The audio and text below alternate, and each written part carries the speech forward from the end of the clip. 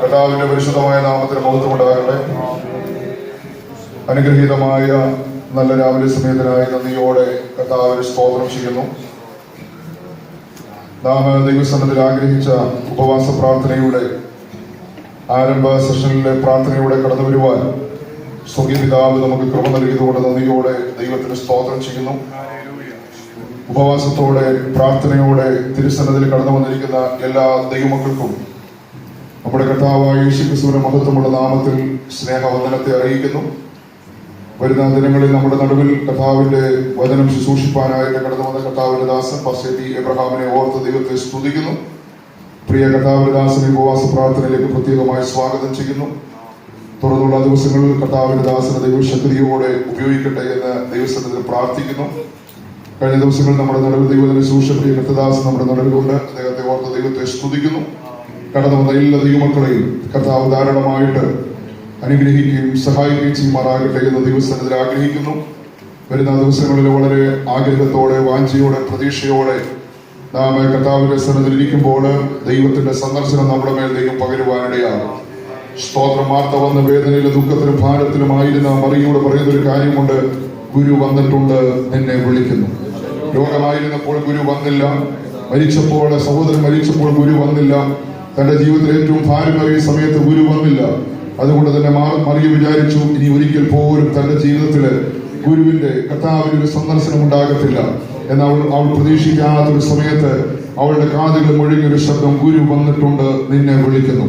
സ്തോത്രം. അവളെ മാത്രമല്ല, അവളുടെ കണ്ണിൽ നിന്ന് മറഞ്ഞുപോയ അവളുടെ സഹോദരനെയും ആ ഗുരു വിളിച്ച് അവളുടെ മുമ്പിൽ കൊണ്ടുവന്ന് നിർത്തിയെങ്കിൽ ഇന്ന് രാവിലെ ദൈവത്തിന്റെ സന്നിധിയിലായിരിക്കുന്ന ദൈവവേദനെ ഇനി ഒരു ദൈവപ്രവൃത്തി ഉണ്ടാകത്തില്ല എന്ന് നിന്റെ ജീവിതത്തിന്റെ ഭാരങ്ങളുടെ അസാധ്യതകളുടെ നടുവില് നീ ദൈവസന്നിധി നടുവിൽപ്പെടുന്നെങ്കിൽ ഈ ഉപവാസ പ്രാർത്ഥനയുടെ ഇടയ്ക്ക് നീ പ്രതീക്ഷിക്കാത്തൊരു നിമിഷത്തില് ഗുരു വന്ന് നിന്നെ വിളിക്കും. സ്തോത്രം. നിനക്ക് വേണ്ടിയുള്ള ദൈവപ്രവൃത്തികള് ഓരോന്നോരോന്നായിട്ട് കർത്താവ് വെളിപ്പെടുത്തുവാനിടയാകും. ദൈവത്തിന്റെ സ്തോത്രം. ഇവിടെ വന്നിരിക്കുന്ന എല്ലാ ദൈവമക്കളും ഈ ദിവസങ്ങളായിട്ട് ദൈവത്തിന്റെ പ്രത്യേകമായിട്ടുള്ള ഇടപെടലുകൾ സന്ദർശനങ്ങൾ അനുഭവിക്കും. ദൈവത്തിന്റെ സ്തോത്രം. ഇന്നലെ ഞാൻ ഓർപ്പിച്ചതുപോലെ ഈ ഉപവാസ പ്രാർത്ഥനയോടുള്ള ബന്ധത്തിൽ വാഗ്ദത്തമായിട്ടൊരു സങ്കീർത്തനം പരിശുദ്ധാത്മാവ് നൽകുവാനിടയായി. ദൈവവചന ശുശ്രൂഷിക്കുമ്പോഴായിട്ട് ആ ഭാഗങ്ങൾ ഒരിക്കൽ കൂടെ ഞാൻ ഇവിടെ വായിപ്പാനായിട്ട് ആഗ്രഹിക്കുകയാണ്. 65-ാം സങ്കീർത്തനം അതിന്റെ 9-ാമത്തെ വാക്യം മുതൽ: നീ ഭൂമിയെ സന്ദർശിച്ച് നനയ്ക്കുന്നു, നീ അതിനെ അത്യന്തം പുഷ്ടിയുള്ളതാക്കുന്നു, ദൈവത്തിന്റെ നദിയിൽ വെള്ളം നിറഞ്ഞിരിക്കുന്നു. ഇങ്ങനെ നീ ഭൂമിയെ ഒരുക്കി അവർക്ക് ധാന്യം കൊടുക്കുന്നു, നീ അതിന്റെ ഒഴിവ് ചാലുകളെ നനയ്ക്കുന്നു, നീ അതിന്റെ കട്ട ഉടച്ച് നിരത്തുന്നു, മഴയാൽ അതിനെ കുതിർക്കുന്നു, അതിലെ മുളയെ നീ അനുഗ്രഹിക്കുന്നു. നീ സംവത്സരങ്ങളെ നിന്റെ നന്മ കൊണ്ട് അലങ്കരിക്കുന്നു, നിന്റെ പാതകൾ പുഷ്ടി പൊഴിക്കുന്നു, മരുഭൂമിയിലെ പുൽപ്പുറങ്ങൾ പുഷ്ടി പൊഴിക്കുന്നു, കുന്നുകൾ ഉല്ലാസം ധരിക്കുന്നു, മേച്ചിൽപ്പുറങ്ങൾ ആട്ടിൻകൂട്ടം കൊണ്ട് നിറഞ്ഞിരിക്കുന്നു, താഴ്വരകൾ ധാന്യം കൊണ്ട് നിറഞ്ഞിരിക്കുന്നു, അവ ആർക്കുകയും പാടുകയും ചെയ്യും. ദൈവത്തിന്റെ സ്തോത്രം. ഈ വാഗ്ദത്ത വചനങ്ങള് സഭയായി, വ്യക്തിപരമായി, കുടുംബമായിട്ട് എല്ലാവരുടെ ജീവിതത്തില് വരുന്ന ദിവസങ്ങൾ ദൈവം അനർത്ഥമാക്കും. വാഗ്ദത്തങ്ങളെ ഉയർന്നു വരാൻ തടസ്സമായിട്ട് നിൽക്കുന്ന വലിയ കട്ടകളെ ദൈവാത്മാവ് ഈ ദിവസങ്ങളെ ഉടച്ച് നിരപ്പാക്കുവാൻ ഇടയാകും. നിന്റെ ജീവിതത്തിന്റെ വാഗ്ദത്തങ്ങളുടെ വിത്ത് കിളിർക്കാതെ വരണ്ടു കിടക്കുന്ന മണ്ഡലങ്ങളിലേക്ക് ദൈവാത്മാവ് ചില നദികളെ പകരുവാനായിട്ടിടയാകും. ഈ ഉപവാസ പ്രാർത്ഥന കഴിയുമ്പോൾ ഇന്നലെ ഞാൻ ഓർപ്പിച്ചതുപോലെ അബ്രഹാം തല ഉയർത്തി നോക്കിയപ്പോൾ തന്റെ ജീവിതത്തിന്റെ ഭാരത്തിന് പരിഹാരമായിട്ടുള്ള ആട്ടിൻകുട്ടിയെ കണ്ടതുപോലെ ദൈവത്തിന്റെ മക്കള് വരുന്ന ദിവസങ്ങളിൽ തല ഉയർത്തി നോക്കുമ്പോൾ നാളുകളായി കാണുവാൻ ആഗ്രഹിച്ച, നാളുകളായിട്ട് അനുഭവിക്കാൻ ആഗ്രഹിച്ച ചിലത് കാണുവാനായിട്ട് ദൈവത്തിന്റെ മക്കളെ ഒരുക്കാനായിട്ട് പോവുകയാണ്.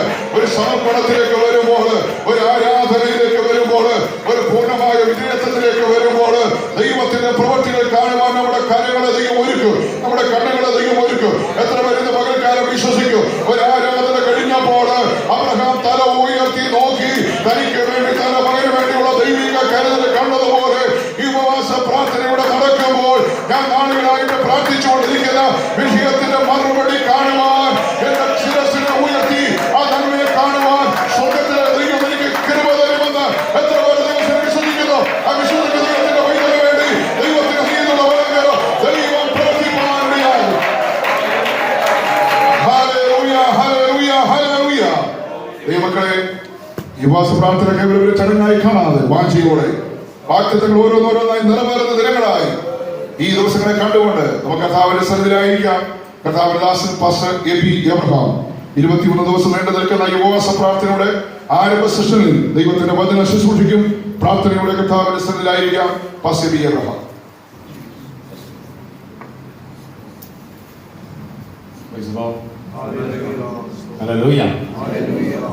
ലൂക്കോസിന്റെ സുവിശേഷം 9-ാം അധ്യായം 29-ാമത് വാക്യം.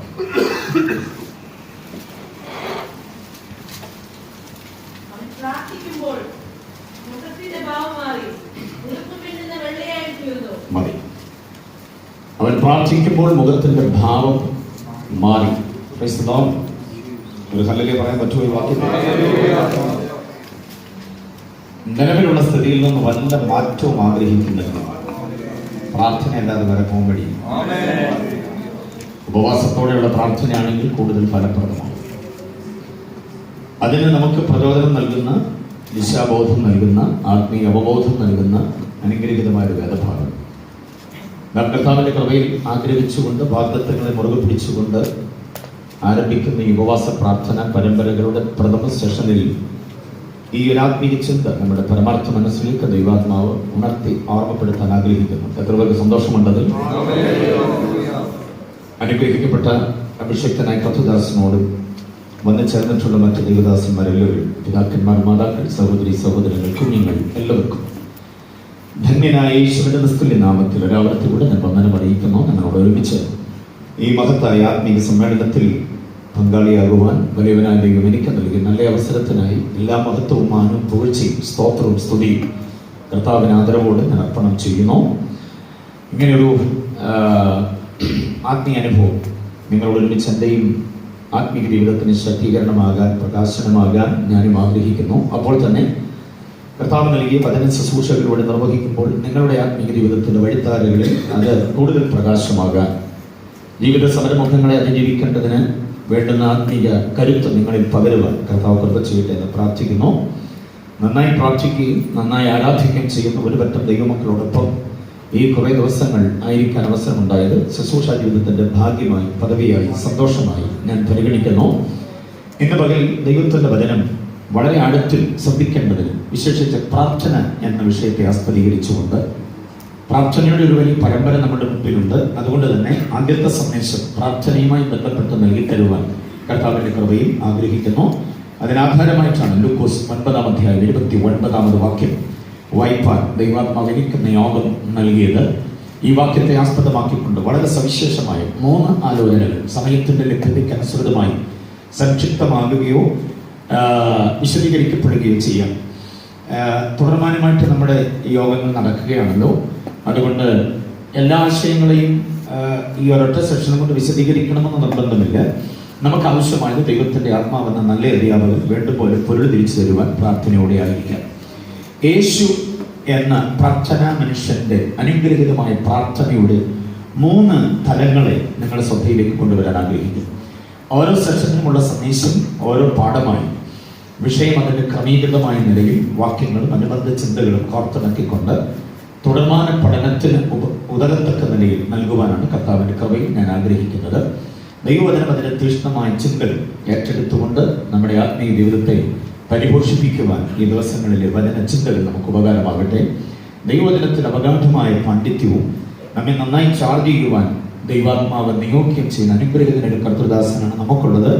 അദ്ദേഹത്തിൻ്റെ വാക്കുകൾ വളരെ തീക്ഷ്ണമാണ്. പ്രാർത്ഥിക്കുവാൻ, ഉപവസിക്കുവാൻ നമുക്ക് കൂടുതൽ കരുത്തു പകരുന്നതാണ്. വാഗ്ദത്തങ്ങളെ മുറുകെ പിടിച്ചുകൊണ്ട് ഭാവിയിൽ വളരെ പ്രതീക്ഷയോടെ, പ്രത്യാശയോടെ എത്തി നോക്കുവാൻ നമ്മെ പ്രേരിതമാക്കുന്ന അനുഗ്രഹീതമായ വാക്കുകൾ, കടഞ്ഞെടുത്ത ചിന്തകൾ താൻ നമുക്ക് നൽകിത്തരുന്നുണ്ട്. അതുകൊണ്ട് തന്നെ അത് ശ്രദ്ധിക്കുന്നവർക്കറിയാം കൂടുതൽ നമുക്ക് ഉത്തേജനാത്മകമാണത്. എത്ര പേരത് തിരിച്ചറിയുന്നുണ്ട്? അതുകൊണ്ട് തന്നെ ഒരു നല്ല അദ്ദേഹം ചാർജ് ചെയ്യുവാൻ എടുത്ത അത്രയും സമയം ഒരു നല്ല ആത്മീയ സന്ദേശം ലഭിക്കപ്പെട്ട പ്രതീതി നമുക്കുണ്ട്. അതിൻ്റെ ആരാധന ഇവിടെ വെളിപ്പെടാനിടയാകുന്നുണ്ട്. കൂട്ടത്തിൽ ഈ വചന ചിന്തകളും കൂടെ നിരുപാധികം നാം ഏറ്റെടുക്കുമ്പോൾ ആത്മീയ ജീവിതത്തിൻ്റെ വഴിത്താരകളിൽ അത് നമുക്ക് പ്രകാശമായി മാറും. മുഖവരിയായിട്ട് ആദ്യത്തെ ചില നിമിഷങ്ങൾ, ചില കാര്യങ്ങൾ ഓർമ്മപ്പെടുത്തുന്നു. നമ്മൾ വായിച്ചത് ലൂക്കോസിന്റെ സുവിശേഷത്തിൽ നിന്ന് ഒരു വാക്യമാണ്. വളരെ സമ്പൂർണമായ സുവിശേഷം എന്ന വേദപഠിതാക്കൾ ഒരേപോലെ അഭിപ്രായപ്പെടുന്ന മഹത്തായ ഒരു കൃതിയാണ് ലൂക്കോസിന്റെ സുവിശേഷം എന്ന് പറയുന്നത്. Price the Lord. ലൂക്കോസിന്റെ സുവിശേഷം മത്തായി, മർക്കോസ്, യോഹന്നാൻ എന്ന 4 സുവിശേഷ ഗ്രന്ഥങ്ങളിൽ നിന്ന് തികച്ചും വ്യത്യസ്തമായി വളരെ പൂർണ്ണതയുള്ള ഒന്നായി നമുക്ക് കാണാനായിട്ട് കഴിയുന്നുണ്ട്. ഞാൻ 4 കാര്യങ്ങൾ പറയുന്നു, ഓർത്തിരുന്നു കൊള്ളണം. അല്പം വേഗതയിൽ ഞാൻ മുമ്പോട്ട് പോയാലും ചിന്തകൾ നിങ്ങൾ പിടിച്ചെടുക്കുമെന്ന് ഞാൻ കരുതുകയും. മത്തായി ഒരു ഉപദേഷ്ടാവെന്ന നിലയിലാണ് തന്റെ പുസ്തകത്തെ ചമച്ചിരിക്കുന്നത്. Price the Lord. എന്നാൽ മർക്കോസ് ഒരു നല്ല പ്രസംഗകൻ എന്ന നിലയിൽ ഒരു ഗംഭീരമായ പ്രസംഗം നമ്മുടെ മുമ്പിൽ നൽകിയിരിക്കുകയാണ്. ഒരു പ്രസംഗ അവതരണമാണ് താൻ ചെയ്തിരിക്കുന്നത്. എന്നാൽ ലൂക്കോസ് ആകട്ടെ ഒരു ചരിത്രകാരൻ എന്ന നിലയിൽ ഒരു ചരിത്ര കൃതി നമുക്ക് നൽകി തന്നിരിക്കുകയാണ്. അതുകൊണ്ട് തന്നെ സംഭവങ്ങൾക്ക്, ഉപമകൾക്ക്, ഉപദേശങ്ങൾക്ക് ഒക്കെ വളരെ ആധികാരികതയും പൂർണ്ണതയും നമുക്ക് കാണാൻ കഴിയുന്നുണ്ട്. യോഹന്നാനാകട്ടെ ഒരു തിയോളജിയൻ എന്ന നിലയിൽ, അഥവാ ഒരു ദൈവശാസ്ത്രജ്ഞൻ എന്ന നിലയിൽ യേശുക്രിസ്തുവിന്റെ ദൈവത്വത്തിന്റെ മഹത്വപൂർണ്ണമായിരിക്കുന്ന ചിന്താധാരകളെ കോർത്തിണക്കിക്കൊണ്ടൊരു പഠന ഗ്രന്ഥം നമുക്ക് സമ്മാനിച്ചിരിക്കുകയാണ്. അപ്പോൾ ഈ 4 കൃതികളും 4 സുവിശേഷ ഗ്രന്ഥങ്ങൾ, ചിലർ പറയാറുണ്ട് 4 സുവിശേഷങ്ങൾ, അത് തെറ്റാണ് പ്രയോഗം. 4 സുവിശേഷങ്ങളില്ല, ഒറ്റ സുവിശേഷമേ ഉള്ളൂ. അതിനെ അടിസ്ഥാനമാക്കി 4 സുവിശേഷ ഗ്രന്ഥങ്ങൾ 4 രീതിയിലാണ് നമുക്ക് ലഭിക്കപ്പെടുന്നത്. അതിൽ ലൂക്കോസിനെ നാം ആഴത്തിൽ പഠിക്കേണ്ടതുണ്ട്. ഏതെങ്കിലും ഒരു സുവിശേഷ ഗ്രന്ഥം വായിച്ചിട്ട് ഏതെങ്കിലും സംഭവത്തിൽ ക്ലാരിറ്റി കുറഞ്ഞു എന്ന് തോന്നിയാൽ ഉടനെ നിങ്ങളുടെ ശ്രദ്ധ ലൂക്കോസിന്റെ സുവിശേഷത്തിലേക്ക് വരേണ്ടതുണ്ട്. കാരണം ലൂക്കോസിന്റെ അവതരണമാണ് ഏറെ ശ്രദ്ധാർഹമായത്, ഏറെ പൂർണ്ണമായത്. ഒരു വാക്യം നമുക്ക് അതിന് ആധാരമായി നോക്കാം. ഞാൻ ഈ പറഞ്ഞ ചിന്തകൾ ഒന്ന് ഉറപ്പിക്കേണ്ടതിനൊരു വാക്യം ഞാൻ നിങ്ങൾക്ക് തരുന്നു. ലൂക്കോസിന്റെ സുവിശേഷം 1-ാം അധ്യായം അതിന്റെ 3-ാമത് വാക്യം. ഉപവാസത്തിലിരിക്കുന്ന ജനം അറിഞ്ഞിരിക്കേണ്ട മഹത്തായിരിക്കുന്ന 3 ഗുണഗണങ്ങൾ ആ വാക്യത്തിൽ നമുക്ക് പ്രകടമായി കാണാൻ കഴിയും. 3-ാമത് വാക്യം വായിച്ചു. യെസ്.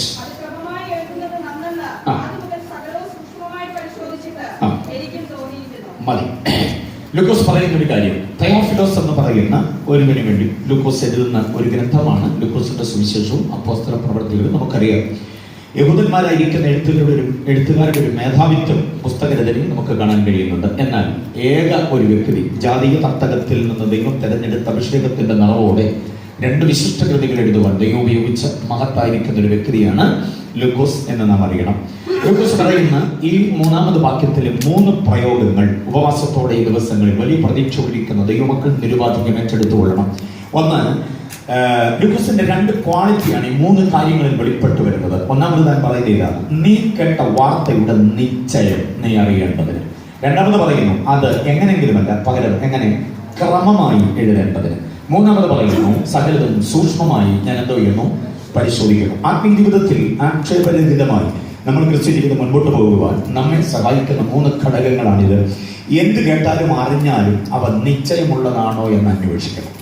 നിശ്ചയമില്ലാത്ത ഒരു കാര്യം നമ്മൾ എന്ത് ചെയ്യരുത്, പറയരുത്. Price the Lord. നിശ്ചയമില്ലാത്ത പലതും പറഞ്ഞ് പ്രചരിപ്പിച്ച് പല ആളുകളുടെ ഇടയിലും പ്രതിസന്ധികൾ, ആക്ഷേപങ്ങൾ ഉണ്ടാകുന്നത് ആത്മീയ തലത്തിന്റെ ഒരു വല്ലാത്ത വിരോധാഭാസമാണ്. ലൂക്കോസ് പറയുന്നു, ഞാൻ കേട്ടു ഒത്തിരി കാര്യങ്ങൾ. യേശു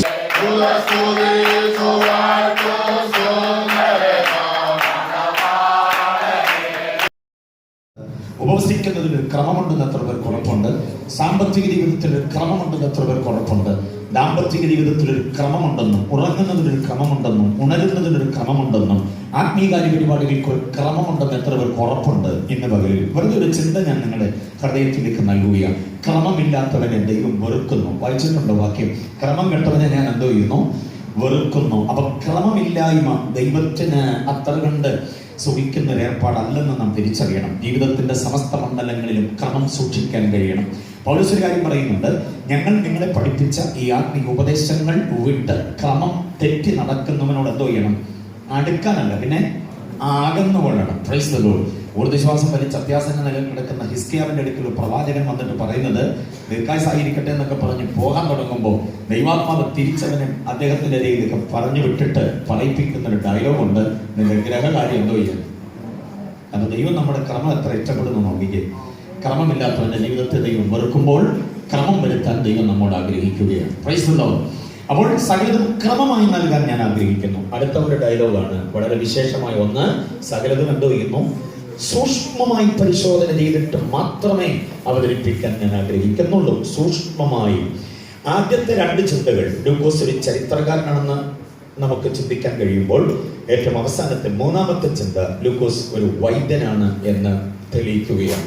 അപ്പോൾ ഒരു ചരിത്രകാരന്റെ അന്വേഷണ ത്വരയും ഒരു വൈദ്യന്റെ നിരീക്ഷണ പാഠവും കൂടെ ഒരുമിച്ച് ചേർന്നപ്പോൾ ലൂക്കോസിന്റെ കൃതി ഉജ്ജ്വലമായി നമുക്ക് ലഭിക്കപ്പെടുകയാണ്. എത്ര പേർക്ക് മനസ്സിലായി ഞാൻ പറഞ്ഞ കാര്യം?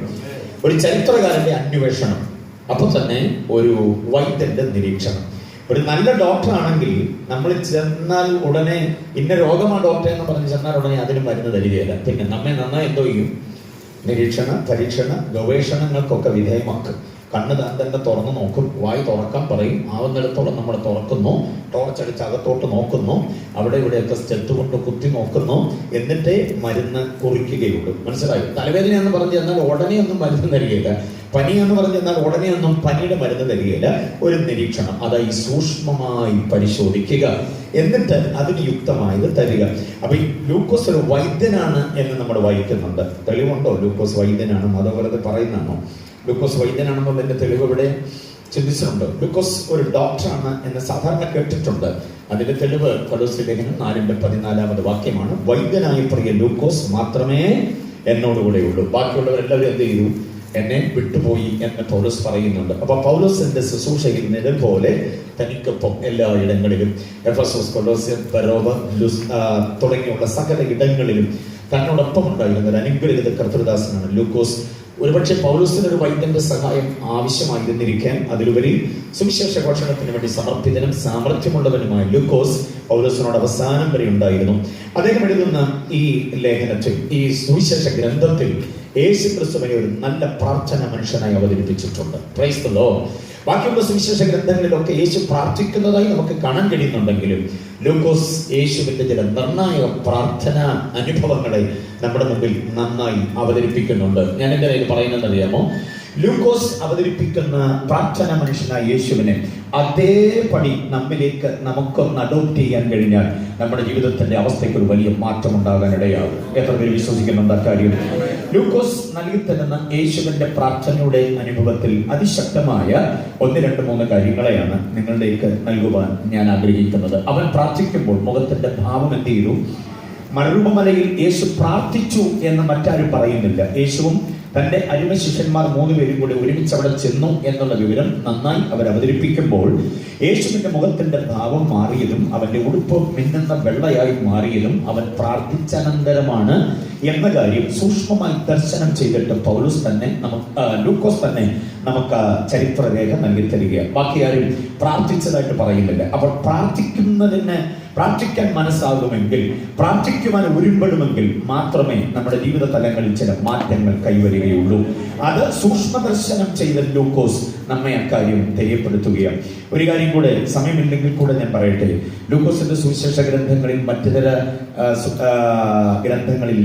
സുവിശേഷ ഗ്രന്ഥങ്ങളിൽ ഇല്ലാത്ത ചില തീക്ഷ്ണമായ വെളിപ്പെടുത്തലുകൾ സൂക്ഷ്മ നിരീക്ഷണത്തിലൂടെ ലഭിക്കപ്പെടാനിടയാകുന്നുണ്ട്. ലൂക്കോസിന്റെ വ്യക്തികളെയും സംഭവങ്ങളെയും യേശുവിനെ അടക്കം ലൂക്കോസ് നന്നായി വീക്ഷിച്ചിട്ടാണ് ഓരോ കാര്യങ്ങളും അവതരിപ്പിച്ചിട്ടുള്ളത്. ഉദാഹരണം ഞാൻ 1, 2 പറയാം, അപ്പോൾ നിങ്ങൾക്ക് ബോധ്യമാകും അക്കാര്യം. പത്രോസിന്റെ അമ്മാവിയമ്മയ്ക്ക് എന്തായിരുന്നു? പത്രോസിന്റെ അമ്മാവിയമ്മയ്ക്ക് പനിയായിരുന്നു എന്നാലും സുവിശേഷകന്മാരെല്ലാം പറയുക, മനസ്സിലായോ? പക്ഷേ സൂക്ഷ്മ നിരീക്ഷണം ചെയ്തിട്ട് ലൂക്കോസ് പറയുന്ന ഒരു ഡയലോഗ് ഉണ്ട്. എന്തായിരുന്നു? ജ്വരമായിരുന്നു എന്നല്ല, പിന്നെ ഒരു പ്രയോഗം കൂടെ ഉണ്ട്, കഠിന ജ്വരമായിരുന്നു. അതാണ് ഒരു വൈദ്യന്റെ സൂക്ഷ്മ നിരീക്ഷണം. നമ്മൾ സാധാരണ വ്യക്തികളുടെ പ്രശ്നങ്ങൾ നിസ്സാരമായി കാണാറുണ്ട്. വ്യക്തികളുടെ കരച്ചിലിനെയും കണ്ണുനീരിനെയും ഒക്കെ അത് സാധാരണ ഉള്ളത്, പുള്ളിക്കാരി അല്ലല്ലോ അങ്ങനെ, അല്ലല്ലോ അങ്ങനെ എന്നൊക്കെ പറഞ്ഞ് നമ്മൾ അതിനെ തള്ളിക്കളയാറുണ്ട്. പക്ഷേ സൂക്ഷ്മ നിരീക്ഷണം ചെയ്തപ്പോൾ ലൂക്കോസിന് ഒരു കാര്യം മനസ്സിലായി. അമ്മച്ചിക്ക് പനിയല്ല, പിന്നെന്താ, കഠിന ജ്വരമായിരുന്നു എന്ന് മനസ്സിലായി. സൂക്ഷ്മ നിരീക്ഷണത്തിന്റെ ഭാഗമാണ്. ആത്മീയ ജീവിതത്തിൽ ഈ ദിവസങ്ങളിലെ നമ്മൾ ഏറ്റെടുത്ത് പ്രാർത്ഥിക്കുന്ന വിഷയങ്ങളെ കുറിച്ചുകൂടെ ഒന്നുകൂടെ സൂക്ഷ്മ നിരീക്ഷണം ചെയ്യാൻ കഴിഞ്ഞാൽ ആ വിഷയത്തിന്റെ ആഴവും അതിന്റെ ഗൗരവവും നമുക്ക് ബോധ്യമാക്കി തരും കർത്താവ്. കൂടുതൽ ഗൗരവത്തോടെ പ്രാർത്ഥിക്കാൻ അത് കാരണമായി തീരും. യേശു ഒരിക്കൽ പള്ളിയിൽ ചെന്നപ്പോൾ കൈ വരണ്ട ഒരു മനുഷ്യനെ കണ്ടു. മത്തായി, മർക്കോസ് ഒക്കെ എഴുതിയിരിക്കുന്ന അങ്ങനെ, കൈ വരണ്ട ഒരു മനുഷ്യൻ. കൈകൾ വരണ്ടെന്നില്ല, പിന്നെ എന്തേ ഉള്ളൂ? കൈ വരണ്ട മനുഷ്യൻ. അപ്പോൾ ഒരു ചോദ്യത്തിന് സാധ്യതയുണ്ട്, ഏത് കൈയാ വരണ്ടത്? ഒരു ചോദ്യത്തിന് സാധ്യതയുണ്ട്. മത്തായി, മർക്കോസ് ആ ചോദ്യത്തിന്റെ സാധ്യത ഇട്ടുകൊണ്ട് സുവിശേഷം ചമയിച്ചിരിക്കുന്നത്. പക്ഷെ ലൂക്കോസ് എന്താ പറഞ്ഞിരിക്കുന്നത്? ആർക്ക് പറയാം? ലൂക്കോസ് എന്താ പറഞ്ഞിരിക്കുന്നത്? ലൂക്കോസിന്റെ സുവിശേഷത്തിൽ മാത്രമുള്ള ഒരു പ്രയോഗമുണ്ട്. കൈ വരണ്ട മനുഷ്യൻ എന്നല്ല, പിന്നെ വലത് കൈ വരണ്ട ഒരു മനുഷ്യൻ. കണ്ടോ? കൃത്യമായി അതാ സൂക്ഷ്മ നിരീക്ഷണത്തിന്റെ പ്രത്യേകത. വലത് കൈ വരണ്ട ഒരു മനുഷ്യൻ. കൈ വരണ്ട എന്ന് ചോദിക്കുമ്പോൾ എന്ന് വായിക്കുമ്പോൾ ഏത് കൈ എന്ന് തീർച്ചയായും ഒരു ചോദ്യം ഉണ്ടാകും. ആ ചോദ്യത്തിന്റെ പഴുതും കൂടെ അടച്ചുകൊണ്ട് വ്യക്തമായ ഒരു രേഖ ലൂക്കോസ് നമുക്ക് നൽകുകയാണ്. ഇനി നോക്കിക്കേ, പത്രോസ് മകൾ ഒരു മഹാപുരോഹിതന്റെ ദാസന്റെ കാതറുത്ത് കളഞ്ഞു. ശ്രദ്ധിക്കണം, കാതുകൾ എന്നില്ല, പിന്നെന്തേ ഉള്ളൂ? കാതെന്നേ ഉള്ളൂ. ചോദ്യത്തിന് പിന്നെ അവിടെ സാധ്യതയാണ്, ഏത് കാതറുത്തെ? മൂക്കറുത്തെന്ന് പറഞ്ഞാൽ ഏത് മൂക്കാന്ന് ചോദിക്കാനൊരു സാധ്യതയില്ല. പക്ഷെ കാതറുത്തെന്ന് പറഞ്ഞാൽ ഒരു ചോദ്യമുണ്ട്, അല്ലേ? കാതുകൾ എന്നില്ല, പിന്നെന്തേ ഉള്ളൂ? കാത് എന്ന് മാത്രമേ ഉള്ളൂ. അപ്പോൾ ഒരു ചോദ്യത്തിന് സാധ്യതയുണ്ട്. ആ പഴുതും കൂടെ അടച്ച് സൂക്ഷ്മ നിരീക്ഷണം ചെയ്ത് ലൂക്കോസ് പറയുന്നു, ഏത് കാതർത്തു? അവിടെ നിന്ന് ശ്രദ്ധിക്കാറില്ലല്ലേ, നമ്മളിങ്ങനെ വായിച്ചു പോകാറേ ഉള്ളൂ. വലത് കാതറുത്തു എന്ന് തന്നെ ലൂക്കോസ് പറയുന്നുണ്ട്. വലത് കാതറുത്തു. അങ്ങനെ ഒത്തിരി പ്രത്യേകതകൾ. അതായത് വൈദ്യൻ നിരീക്ഷണം ലൂക്കോസിന്റെ സുവിശേഷത്തിൽ വളരെ ഗംഭീരമായിട്ടുണ്ട്. ഉപവാസപ്രാർത്ഥന പ്രഥമ ദിനമായതുകൊണ്ടാണ് ഞാൻ പറയുക, ഏതെങ്കിലും ഒരു വിഷയം നമ്മുടെ മുമ്പിൽ അനൗൺസ് ചെയ്യുമ്പോൾ അതിനെ നിസ്സാരമായി കാണാതെ ആ വിഷയത്തിന്റെ ഗൗരവത്തെ നാം ഏറ്റെടുത്തുകൊണ്ട് കണ്ണുനീരിൽ ചാലിച്ച പ്രാർത്ഥനാ വിഷയത്തെ ദൈവകരങ്ങളിൽ കൊടുക്കുമ്പോൾ കർത്താവ് അതിനകത്ത് തന്റെ കയ്യൊപ്പ് പതിപ്പിക്കും. കർത്താവ് കയ്യൊപ്പ് പതിപ്പിച്ച നാളേക്കത് മാറത്തില്ല, ഇന്ന് തന്നെ കാര്യം സാധ്യമാകും. വിശ്വസിക്കുന്നവർ കർത്താവിനെ സ്തുതിച്ചാട്ടെ. വളരെ സൂക്ഷ്മ നിരീക്ഷണം നമുക്ക് അനിവാര്യമാണ്. ഏഴ് വൈദ്യന്മാരാൽ ഏറിയോന്ന് സഹിച്ച ഒരു രക്തസ്രവക്കാരി സ്ത്രീ അവതരിപ്പിക്കുന്നുണ്ട് സുവിശേഷകന്മാരെല്ലാം. ലൂക്കോസ് എങ്ങനെ പറയുന്നറിയാം? മത്തായിയും മർക്കോസും എല്ലാം പറയുന്നത് ഏഴ് വൈദ്യന്മാരാൽ ഏറിയൊന്ന് സഹിച്ചവൾ എന്ന് പറയുമ്പോൾ ലൂക്കോസ് മാത്രം ഒരു വിശേഷത പറയുന്നുണ്ട്. എന്താ അത്? തനിക്കുള്ളതൊക്കെ വൈദ്യന്മാർ കൊടുത്തു, അതുകൊണ്ടാണ് ഏഴ് വൈദ്യന്മാരെ ഏറിയൊന്ന് സഹിച്ചത്.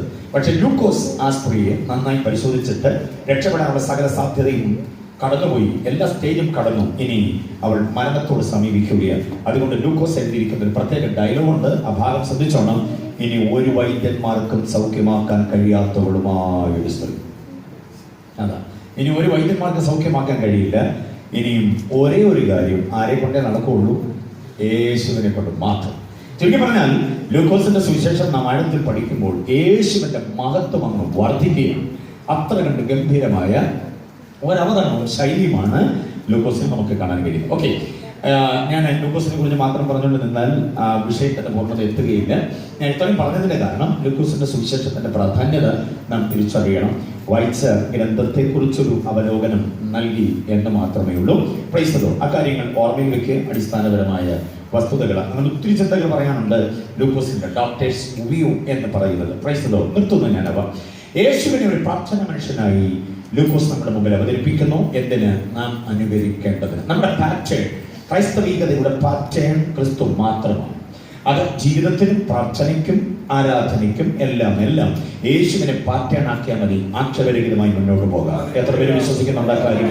വേറെ പാറ്റേൺ ആക്കാൻ കൊള്ളാവുന്നവരാരും ഇല്ലെന്നൊന്നും ഞാൻ പറയുന്നില്ല, വാക്കുകൾ തെറ്റിദ്ധരിക്കരുത്. പക്ഷേ ഉദാത്തവും ഉന്നതവും ഉത്കൃഷ്ടവുമായ പാറ്റേൺ യേശു മാത്രമാണ്. The same attitude which was in Christ Jesus എന്ന ഫിലിപ്പിയ ലേഖനത്തിൽ നമ്മൾ വായിക്കുന്ന ക്രിസ്തുവിന്റെ അതേ ഭാവം, ആ പാറ്റേൺ നാം അങ്ങനെ അങ്ങോട്ട് അനുകരിക്കുമ്പോൾ ഈ ദിവസങ്ങളിലെ പ്രാർത്ഥനയ്ക്ക് യേശു മാത്രം നമ്മുടെ പാറ്റേൺ ആകണം. എത്ര പേർ ആഗ്രഹിക്കുന്നുണ്ട് ആ കാര്യം? ദീർഘസമയങ്ങൾ പ്രാർത്ഥിക്കുവാൻ യേശു തുനിഞ്ഞിരുന്നു. ശിഷ്യന്മാർ തന്നോടൊപ്പം മുട്ടിത്തട്ടി ഒരുമി ഒരഞ്ഞ് നടന്നിരുന്നവർ ചോദിച്ച രണ്ടേ ചോദ്യമേ ഉള്ളൂ യേശുവിനോട്. ആവശ്യപ്പെട്ട രണ്ടേ കാര്യം. നമ്മളാണെങ്കിൽ 156 കാര്യം ചോദിച്ചേനെ. യേശുവിന് അത് വേണം, ഇത് വേണം, തരിക എന്ന് ഒത്തിരി കാര്യം നമ്മൾ ചോദിച്ചേനെ. പക്ഷേ ശിഷ്യന്മാർ രണ്ടേ കാര്യമേ യേശുവിനോട് ചോദിച്ചുള്ളൂ. ഏതൊക്കെയാണെന്നറിയാമോ? ഒന്ന്, ഗുരു, ഞങ്ങളുടെ വിശ്വാസം എന്ത് ചെയ്യണമേ? വർദ്ധിപ്പിച്ചു തരണം. എത്ര പേർ ആഗ്രഹിക്കുന്നുണ്ട് വിശ്വാസം വർദ്ധിപ്പിച്ചു കിട്ടാൻ? ഓക്കെ, വിശ്വാസികളെന്നാൽ നമ്മളൊക്കെ അറിയപ്പെടുക. പക്ഷെ വിശ്വാസത്തിന്റെ അളവ് എത്രമാത്രം ഉണ്ടെന്നുള്ളത് ഓരോരുത്തരും പുനർവിചാരണ ചെയ്തേ പറ്റുള്ളൂ. നമ്മളെ വിശ്വാസികളെന്ന് അറിയപ്പെടുക. വിശ്വാസത്തിന്റെ അളവ് പലപ്പോഴും നമ്മിൽ കുറഞ്ഞു പോകാറുണ്ട്. പ്രശ്നം നമ്മുടെ മുമ്പിൽ വല്ലാതെ കാർമേഘമായിട്ട് പെയ്യാൻ നിൽക്കുന്ന മഴമേഘങ്ങളെ പോലെ പ്രതിസന്ധികൾ നമ്മുടെ മുമ്പിൽ നിൽക്കുമ്പോൾ നമ്മുടെ വിശ്വാസം കുറഞ്ഞു പോയിട്ട് ഇനി വേറെ വല്ല വഴിയുണ്ടോ എന്ന് അന്വേഷിക്കാറുണ്ട്. ശിഷ്യന്മാരുടെ ജീവിതത്തെ വഴിത്താരയിൽ അവരാഗ്രഹിച്ച ഏറ്റവും വലിയ കാര്യം, ഗുരു, ഞങ്ങളുടെ വിശ്വാസം എന്തോ ചെയ്യണം? വർദ്ധിപ്പിക്കണം. ഒന്നാമത്തെ കാര്യം അതാ. പക്ഷേ എനിക്ക് അതിലേറെ ഇഷ്ടപ്പെട്ട അവരുടെ ഒരു ആവശ്യം യേശുവിനോട് അവർ സ്വകാര്യമായി പറയുന്നു, ഗുരു, ഞങ്ങളെ പ്രാർത്ഥിക്കാൻ പഠിപ്പിക്കണം. എന്ത് ചെയ്യണമേ? എത്ര പേർ ആഗ്രഹിക്കുന്നു യേശുവിനോട് ഒരു പ്രാർത്ഥനയുടെ അഭ്യസനം? ഇന്ന് പകൽ ദൈവാത്മാവ് നമുക്കത് തരാൻ ആഗ്രഹിക്കുന്നു.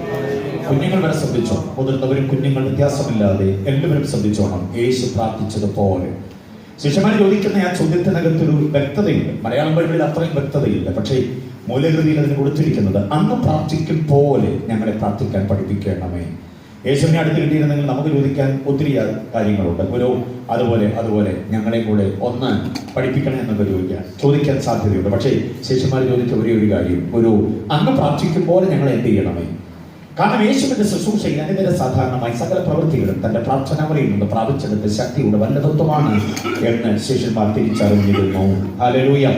എന്തെങ്കിലും ഇന്ദ്രജാല മഹേന്ദ്രജാല പ്രയോഗങ്ങളല്ല, എന്തെങ്കിലും കണ്ടിട്ട് പ്രയോഗങ്ങളല്ല യേശു ചെയ്തത്. വെള്ളം കോരി വെച്ചിട്ട് വീഞ്ഞായിട്ട് വിളമ്പുന്നതും അടച്ചു വെച്ചതായിരിക്കുന്ന കല്ലറ തുറന്ന് ഒരുത്തനെ പുറത്തിറക്കി കൊണ്ടുവന്നതും 18 കൊല്ലം കൂനിയായി നടന്നവനെ നിവർത്തിയതും 38 കൊല്ലം പക്ഷപാത രോഗിയായിരുന്നവനെ വീട്ടിലേക്ക് കുതിച്ചെഴുന്നേൽപ്പിക്കുമാറാക്കിയതൊന്നും യേശുവിന്റെ കണ്ടിട്ട് വേലയല്ല, പകരം പ്രാർത്ഥനകളിൽ താൻ പ്രാപിച്ചെടുത്ത ദൈവശക്തിയാണ് എന്ന കാര്യം മനസ്സിലാക്കിയ ശിഷ്യന്മാർ പറയുന്നു, ഗുരു ഞങ്ങളെ അതുപോലെ പ്രാർത്ഥിക്കാൻ പഠിപ്പിക്കണമേ. ഹല്ലേലൂയ. ഈ ദിവസങ്ങൾ നമ്മുടെ ആഗ്രഹം അത് തന്നെ ആകട്ടെ. നമ്മുടെ പ്രാർത്ഥനയുടെ അതിര് ഒന്നുകൂടെ വിശാലമാകാൻ, നമ്മുടെ പ്രാർത്ഥനയുടെ അവസ്ഥ ഒന്നുകൂടെ വിശാലമാകുവാൻ, ദൈവിക വാഗ്ദത്തങ്ങളെ മുറുകെ പിടിച്ചുകൊണ്ട് ശക്തമായി പ്രാർത്ഥന മുറിയിൽ ഒന്നുകൂടെ പ്രയോജനപ്പെടുവാൻ, നമ്മുടെ ഭാവമൊന്ന് മാറാൻ കർത്താവ് കൃപ ചെയ്യേണ്ടതിന് യേശുവിന്റെ പ്രാർത്ഥനയുമായി ബന്ധപ്പെട്ട വിശേഷതയാണ് 3 കാര്യങ്ങളെ നൽകിത്തരുന്നു. 3 കൂടെ വിശദീകരിക്കപ്പെടണമെന്നില്ല, ആവുന്നിടത്തോളം ദൈവാത്മാവ് നമുക്ക് നൽകി തരട്ടെ. 1, the time of his prayer, യേശുവിന്റെ പ്രാർത്ഥനയുടെ സമയം. 2, the style of his prayer, യേശുവിന്റെ പ്രാർത്ഥനയുടെ രീതി. 3, the outcome of his prayer, യേശുവിന്റെ പ്രാർത്ഥനയുടെ ഫലം, അനന്തര ഫലം. 3 കാര്യങ്ങൾ കേൾക്കാൻ താല്പര്യമുള്ള എത്ര പേരുണ്ട്? Price the Lord. ഹല്ലേലൂയ. ഇങ്ങനെ നിന്ന് നിർത്തി ചിന്തകൾ ഓരോന്നോരോന്നായി പറഞ്ഞു പോകുന്നു. അതിനകത്ത് ദൈവാത്മാവ് നമുക്ക് നൽകുന്ന ആത്മീയ ആലോചനകൾ കേട്ട് ആത്മസന്തോഷത്തോടെ ഉണർവോടെ മുൻപോട്ട് പോകാം. ദൈവവചനത്തിന്റെ തീഷ്ണമായ ചിന്തകൾ ദൈവാത്മാവ് ഞാൻ പ്രിപ്പയർ ചെയ്ത കുറെ പ്രസംഗങ്ങൾ ഇവിടെ കൊണ്ടുവന്ന് വിളമ്പുക എന്നതിനെല്ലാം അപ്പുറമായി നമുക്ക് ആവശ്യമായത് ദൈവാത്മാവ് എന്ന അധ്യാപകൻ എന്നിലൂടെ നിങ്ങൾക്ക് നൽകി തരുന്നു. നിങ്ങളോട് ഒരുമിച്ചിരിക്കും അത് ആത്മീയ അനുഭവമായി മാറാൻ ഞാൻ പ്രാർത്ഥനയോടെ ആയിരിക്കുന്നു. ഒരുമിച്ച് നമുക്ക് കാതോർക്കാം. യേശുവിന്റെ പ്രാർത്ഥനയുടെ സമയം, the time of his prayer. യേശു പ്രാർത്ഥിച്ചതിന് ചില പ്രത്യേക സമയഘട്ടങ്ങൾ ഉണ്ടായിരുന്നു. അത് വെളിപ്പെടുത്തുന്ന ചില വാക്യങ്ങൾ, അതിൽ പ്രധാനമായ ഒരു വാക്യം, ഒന്നാമത്തെ ചിന്തയെ സാധൂകരിക്കുവാൻ ഒരു വാക്യം നിങ്ങളുടെ ശ്രദ്ധയിലേക്ക് തരുന്നു. ലൂക്കോസിന്റെ സുവിശേഷം 6-ാം അധ്യായം അതിന്റെ 12-ാമത് വാക്യം നമുക്ക് വായിക്കാൻ. യേശുവിന്റെ പ്രാർത്ഥനയുടെ സമയം നമുക്കവിടെ കാണാൻ കഴിയുന്നു.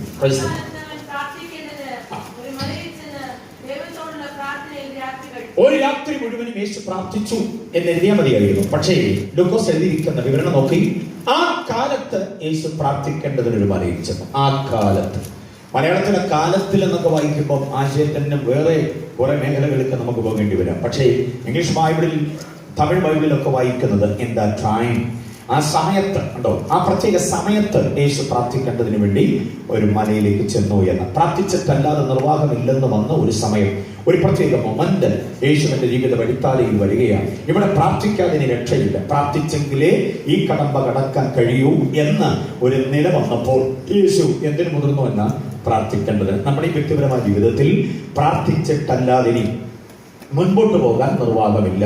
നമ്മുടെ കഴിവ്, നമ്മുടെ പ്രാപ്തി, നമ്മുടെ ബന്ധുബലം, നമ്മുടെ സ്വാധീനത, ഈശോയിൽ നമ്മൾ സമ്പാദിച്ചിട്ടുള്ളതായിരിക്കുന്ന ദിനാറോ റുപ്പീസോ കൊണ്ടൊന്നും ഒരു പ്രയോജനവുമില്ല. പ്രാർത്ഥനയല്ലാതെ പോകാൻ വഴിയില്ല എന്ന് വരുന്ന ഒരു ഘട്ടത്തിൽ നമ്മൾ എത്തും. എത്ര പേരത് തിരിച്ചറിയുന്നുണ്ടെന്നുള്ളതാണ്. Praise the Lord.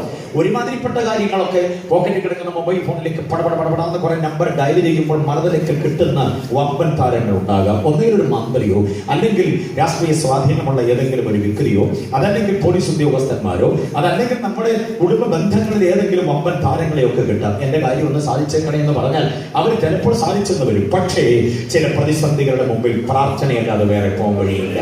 ആത്മീയരായിരിക്കുന്ന നമ്മുടെ പ്രശ്നങ്ങൾക്ക് പരിഹാരം വേറൊരാളിൽ ആശ്രയിക്കുക എന്നതിനേക്കാളധികം ദൈവത്തിൽ ആശ്രയിച്ചുകൊണ്ട് പരിഹാരം നേടുന്നതായിരിക്കും ശാശ്വത പരിഹാരം. മറ്റുള്ള ചില പരിഹാരങ്ങൾ ഉണ്ടാകാം, കുറെ കാലത്തേക്ക് അത് പരിഹാരമായി എന്ന് വരാം. പക്ഷെ പിന്നീട് അതിന്റെ ഇരട്ടിയായിട്ട് പ്രതിസന്ധികൾ ഉയർന്നു എന്ന് വന്നേക്കാം. മനസ്സിലാകുന്നുണ്ടോ ഞാൻ പറയുന്നത്? യേശു പ്രാർത്ഥിച്ചത് ഒരു പ്രത്യേക സമയത്താണ്. ഹല്ലേലൂയ. നമ്മുടെ ഈ വ്യക്തിപരമായ ജീവിതത്തിൽ പ്രാർത്ഥിക്കേണ്ടതിന് വേണ്ടി ചില സംഭവങ്ങൾ നമ്മോട് സംസാരിക്കും. എത്ര പേർക്ക് അത് മനസ്സിലായിട്ടുണ്ട്? ചില മാറാത്ത രോഗങ്ങൾ, ഒന്ന് മാറി ശരീരം രോഗാതുരമാകുമ്പോൾ ഓർത്തുകൊള്ളണം, ഏതിന്റെ സമയമായി? പ്രാർത്ഥിക്കാൻ നേരമായി. മനസ്സിലാകുന്നുണ്ടോ? എത്ര പേര് തിരിച്ചറിഞ്ഞ് പ്രാർത്ഥിക്കാൻ ഒരുപ്പെടുന്നുണ്ട്? സാമ്പത്തിക പ്രതിസന്ധികൾ അടിക്കടി ഉണ്ടായിക്കൊണ്ടിരിക്കുന്നു. കാശ് വരുന്നതിന് കുഴപ്പമൊന്നുമില്ല, പക്ഷെ അത് പക്ഷിക്ക് ചിറക് വയ്ക്കുന്ന പോലെ കീശയിൽ നിന്ന് പറന്നകന്നു പോകുന്നു. ഒന്നിനും അങ്ങോട്ട് തികയാതെ വരുന്നു. കടം വാങ്ങിച്ചെങ്കിലും നിക്കക്കള്ളി ഉള്ളൂ എന്നൊരു സ്ഥിതിയിലേക്ക് വരുന്നു. ഓർത്തോണം, എന്തിന്റെ നേരമായി? സാമ്പത്തിക വിഷയത്തിന് വേണ്ടി പ്രാർത്ഥിക്കാൻ നേരമായി എന്നുള്ളതാണ്. എത്ര പേർക്ക് മനസ്സിലാകുന്നുണ്ട്? ദാമ്പത്യ ജീവിതത്തിൽ അല്പമല്ലാത്ത പ്രതിസന്ധികളും സ്വരച്ചേർച്ചയില്ലായ്മയും അത് തുടർമാന പ്രക്രിയയായി മാറുന്നു. എന്തിനാ വഴക്കുണ്ടാക്കിയെന്ന് ചോദിച്ചാൽ ഒരു പിടിയില്ല. വെറുതെ ഏതാണ്ട് പറഞ്ഞു, അങ്ങോട്ടും ഇങ്ങോട്ടും ആകുമ്പോൾ ഒച്ചപ്പാടായത്. വഴക്കെല്ലാം കൂടെ കഴിഞ്ഞ് തിരിഞ്ഞ് ചിന്തിക്കുക, എന്തിനായിരുന്നു പ്രശ്നം ഉണ്ടാക്കി? ആ രണ്ടുപേർക്കും ഒരു പിടിയില്ല. തുടർമാനമായി വീട്ടിനകത്ത് പ്രതിസന്ധി ഉണ്ടാകുന്നുണ്ടെങ്കിൽ ഓർത്തോണം, ഒരുമിച്ചിരുന്ന് പ്രാർത്ഥിക്കാൻ നേരമായി എന്നാണ്. പ്രാർത്ഥനയുടെ സമയമായി. മമ്മി മമ്മി പപ്പ പപ്പ എന്നൊക്കെ പറഞ്ഞ് പുറകെ നൈറ്റിയുടെ തുമ്പെ പിടിച്ച്, സാരിയുടെ തുമ്പെ പിടിച്ച്, ഷർട്ടിന്റെ കോണിൽ പിടിച്ച് പുറകെ ഇങ്ങനെ നടന്ന കുഞ്ഞുങ്ങൾ ഒരു ദിവസം തിരിഞ്ഞു നിന്നോണ്ട് പപ്പ പപ്പയുടെ പണി നോക്ക്, പപ്പ മമ്മി അമ്മയുടെ പണി നോക്ക്, എനിക്കറിയാം എന്ന് പറയാൻ തുടങ്ങിയെങ്കിൽ സകല മമ്മിമാർ ഓർത്തോണം, എന്തിന്റെ നേരമായി? കുഞ്ഞുങ്ങൾക്ക് വേണ്ടി വിശേഷം പ്രാർത്ഥിക്കാൻ നേരമായി. പഠനകാര്യത്തിൽ ഉത്സാഹത്തോടെ ഉന്മേഷത്തോടെ ആയിരുന്ന കുഞ്ഞുങ്ങൾ ഉദാസീനതയിലേക്കോ ഉന്മേഷക്കുറവിലേക്കോ പഠിക്കാൻ താല്പര്യമില്ലായ്മയിലേക്കോ മറ്റൊരു തട്ടകത്തിലേക്ക് മനസ്സ് മാറുകയോ ചെയ്തിട്ടുണ്ടെങ്കിൽ വാരിട്ട് തല്ലാ നേരമായെന്നല്ല, എന്തിനു നേരമായി? പ്രാർത്ഥിക്കാൻ. എത്ര പേർക്ക് മനസ്സിലാകുന്നുണ്ട് ഞാൻ പറയുന്നത്? ആത്മീക ജീവിതത്തിലും അനാസ്ഥരായി വരുന്നുണ്ടെങ്കിൽ, ഒരു സാമ്പത്തിക മാന്യമെന്ന് കേട്ടിട്ടുണ്ട്, പക്ഷെ ആത്മീക മാന്യമെന്ന് കേട്ടിട്ടുണ്ടോ? പ്രാർത്ഥിക്കേണ്ടതുപോലെ പ്രാർത്ഥിക്കാൻ, വചനം ധ്യാനിക്കേണ്ടതുപോലെ ധ്യാനിക്കാൻ, വേദപുസ്തകം വായിക്കേണ്ടതുപോലെ വായിക്കാൻ ഒന്നും കഴിയുന്നില്ല. ഏതാണ്ടൊക്കെ ചടങ്ങ് പോലെ ചെയ്തു കൂട്ടി പോകുന്നതേ ഉള്ളൂ. അങ്ങനെ ഒരു തുടർമാനത ഉണ്ടാകുന്നുണ്ടെങ്കിൽ ഓർത്തോണം, എന്തിന്റെ നേരമായി? പ്രാർത്ഥിക്കാൻ. വ്യക്തിപരമായി നാം പ്രാർത്ഥിക്കാൻ നേരമായി എന്നുള്ളത് സംഭവങ്ങളിലൂടെ കർത്താവ് നമ്മെ അറിയിക്കുകയാണ്. മനസ്സിലാകുന്നുണ്ടോ? ഇവിടെ യേശു ആ സമയത്ത് പ്രാർത്ഥിക്കാൻ ഒരു മലയിലേക്ക് കയറി. യേശു പ്രാർത്ഥിച്ച ആ നേരം ഏതാണ് എന്ന് തിരിച്ചറിയണം. അതിന്റെ 6-ാം അധ്യായം 11-ാമത് വാക്യം വായിച്ച് ആ സമയം ഏതായിരുന്നു? അവരും ഭ്രാന്ത് നിറഞ്ഞവരായി യേശുവിനെ എന്ത് ചെയ്യേണ്ടു എന്ന് തമ്മിൽ ആലോചിച്ചു. ഇനി വായിച്ച അടുത്ത വാക്യം 12-ാം വാക്യം. ആ കാലത്ത് അല്ലെങ്കിൽ ആ സമയത്ത്, എത്ര പേർക്ക് മനസ്സിലായതിന്റെ ആശയം? യേശുവിനെ പിടിച്ചു കെട്ടി ഒടുക്കുവാൻ ഒരു കൂട്ടം ഭ്രാന്തന്മാർ ഒരു ഭാഗത്ത് കമ്മിറ്റി കൂടുന്നു, ഒരു ഭാഗത്ത് വിശേഷമായ ഒരു ചർച്ച, ഒരു ഭാഗത്ത് നിഗൂഢമായ ഒരു പദ്ധതി. Price the Lord. യേശുവിനെ ഒടുക്കുക. അവരെ കുറിച്ച് പറഞ്ഞിരിക്കുന്ന ലൂക്കോസ് പറഞ്ഞിരിക്കുന്ന ഒരു കാര്യം, ആ കാലത്ത് ഭ്രാന്ത് നിറഞ്ഞവരായി. ഈ ഭ്രാന്ത് എന്ന് പറയുന്നത് ഷോക്കടിപ്പിക്കേണ്ട ഭ്രാന്തല്ല, ചങ്ങലക്കിടേണ്ട ഭ്രാന്തല്ല, പിന്നെ മതവൈര്യത്തിന്റെ, മനസ്സിലായോ, പ്രതികാരത്തിന്റെ, വാശിയുടെ, പകയുടെ, ശക്തമായ വൈരാഗ്യത്തിന്റെ ഭ്രാന്ത് നിറഞ്ഞ ഒരു കൂട്ടം ആളുകൾ യേശുവിനെ ഒതുക്കാൻ ശ്രമിക്കുന്നു. ആ സമയത്ത് യേശു എന്ത് ചെയ്യുന്ന? പ്രാർത്ഥിക്കേണ്ടതിന് വേണ്ടി. നമ്മുടെ ഒക്കെ എതിരായിട്ട് ഒത്തിരി ഭ്രാന്തന്മാരുണ്ട്. മനസ്സിലാകുന്നുണ്ടോ? ഒന്ന് ചിന്തിച്ച് നോക്കിക്കേ. നമ്മുടെ നന്മകൾക്ക്, നമ്മുടെ അനുഗ്രഹങ്ങൾക്ക്, നമ്മുടെ ആത്മീയതയ്ക്ക്, നമ്മുടെ ഉയർച്ചയ്ക്കെതിരെ ഭ്രാന്ത് നിറഞ്ഞ ഒരു കൂട്ടം ആളുകളുണ്ട്. തിരിച്ചറിയാതെ പോകുന്നതാ പലപ്പോഴും നമ്മുടെ അനർത്ഥത്തിൽ പെട്ടുപോകുന്നത്. തനിക്കെതിരെ ഭ്രാന്തന്മാർ എഴുന്നേറ്റപ്പോൾ യേശുവിന് മനസ്സിലായി, ഇതിനെതിരെ പ്രതികരിക്കുന്നത് അതേ തട്ടകത്തിൽ നിന്നുകൊണ്ടല്ല, പ്രാർത്ഥനാ മുറിയിലേക്ക് മാറുമ്പോൾ ഈ അവസ്ഥയ്ക്കൊരു മാറ്റമുണ്ടാകും. Praise the Lord. ഭ്രാന്ത് നിറഞ്ഞ ഒരുപറ്റം ആളുകൾ, നമ്മൾ കർത്താവ് നമുക്ക് നൽകി തന്നിട്ടുള്ള ആത്മീയ നന്മകൾക്കെതിരെ, സാമ്പത്തികമായ ഭദ്രതയ്ക്കെതിരെ, ദാമ്പത്യ ജീവിതത്തിന്റെ ഭദ്രമായിരിക്കുന്ന അനുഭവങ്ങൾക്കെതിരെ ഭ്രാന്ത് നിറഞ്ഞ ചിലർ എഴുന്നേൽക്കുമ്പോൾ ശത്രുവിന്റെ കരങ്ങളിൽ അവർ ഉന്നം പഴയ്ക്കാത്ത ആയുധങ്ങളായി എഴുന്നേറ്റിട്ട് നമുക്കെതിരെ പലവിധത്തിലുള്ള പ്രതിസന്ധികൾ തൊടുത്തു വിടുമ്പോൾ ഓർത്തുകൊള്ളണം, പ്രാർത്ഥനയല്ലാതെ ഈ ഭ്രാന്തിന് കൂച്ചുവിലങ്ങിടാൻ വേറെ പോകഴിയില്ല. ഈ ദിവസങ്ങൾ നമ്മൾ അതിനുവേണ്ടിയാണ് ഇരിക്കുന്നത്. ഏതൊക്കെ തരത്തിലുള്ള ഭ്രാന്തികൾ നിങ്ങൾ അനുഭവിക്കുന്നുണ്ടോ, നിങ്ങൾ ഫേസ് ചെയ്യുന്നുണ്ടോ, അതിനെല്ലാം പരിഹാരമായി ഒറ്റ മാർഗം ഈ ദിവസങ്ങളിൽ പ്രാർത്ഥനയാണ്. ശക്തമായി പ്രാർത്ഥിക്കുകയും ആരാധിക്കുകയും ചെയ്യുമ്പോൾ ദൈവം ചില മേഖലകളെ തൊടാനിടയാകും, ചില വ്യക്തികളെ ദൈവം തൊടാനിടയാകും, ചില കുടുംബങ്ങളെ ദൈവം തൊടാനിടയാകും. പർവ്വതം പോലെ നമ്മുടെ മുമ്പിൽ ഉയർന്നു നിൽക്കുന്ന ചില പ്രതിസന്ധികളെ കർത്താവ് സമഭൂമിയാക്കി മാറ്റും. വിശ്വസിക്കുന്നവർ കർത്താവിനെ സ്തുതിച്ചാട്ടെ.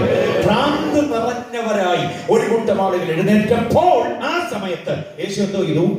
പ്രാർത്ഥിക്കാൻ വേർതിരിഞ്ഞു. നമ്മളും ഒരു നിർണായക ഘട്ടത്തിലാണ് ഈ പ്രാർത്ഥന ആരംഭിക്കുന്നത് എന്ന് എത്ര പേര് തിരിച്ചറിയുന്നുണ്ട്? ഈ ദിവസങ്ങളിൽ ചില പ്രത്യേക വിടുതലുകൾ കർത്താവ് നമുക്ക് നൽകിത്തരാൻ ഇടയാകും.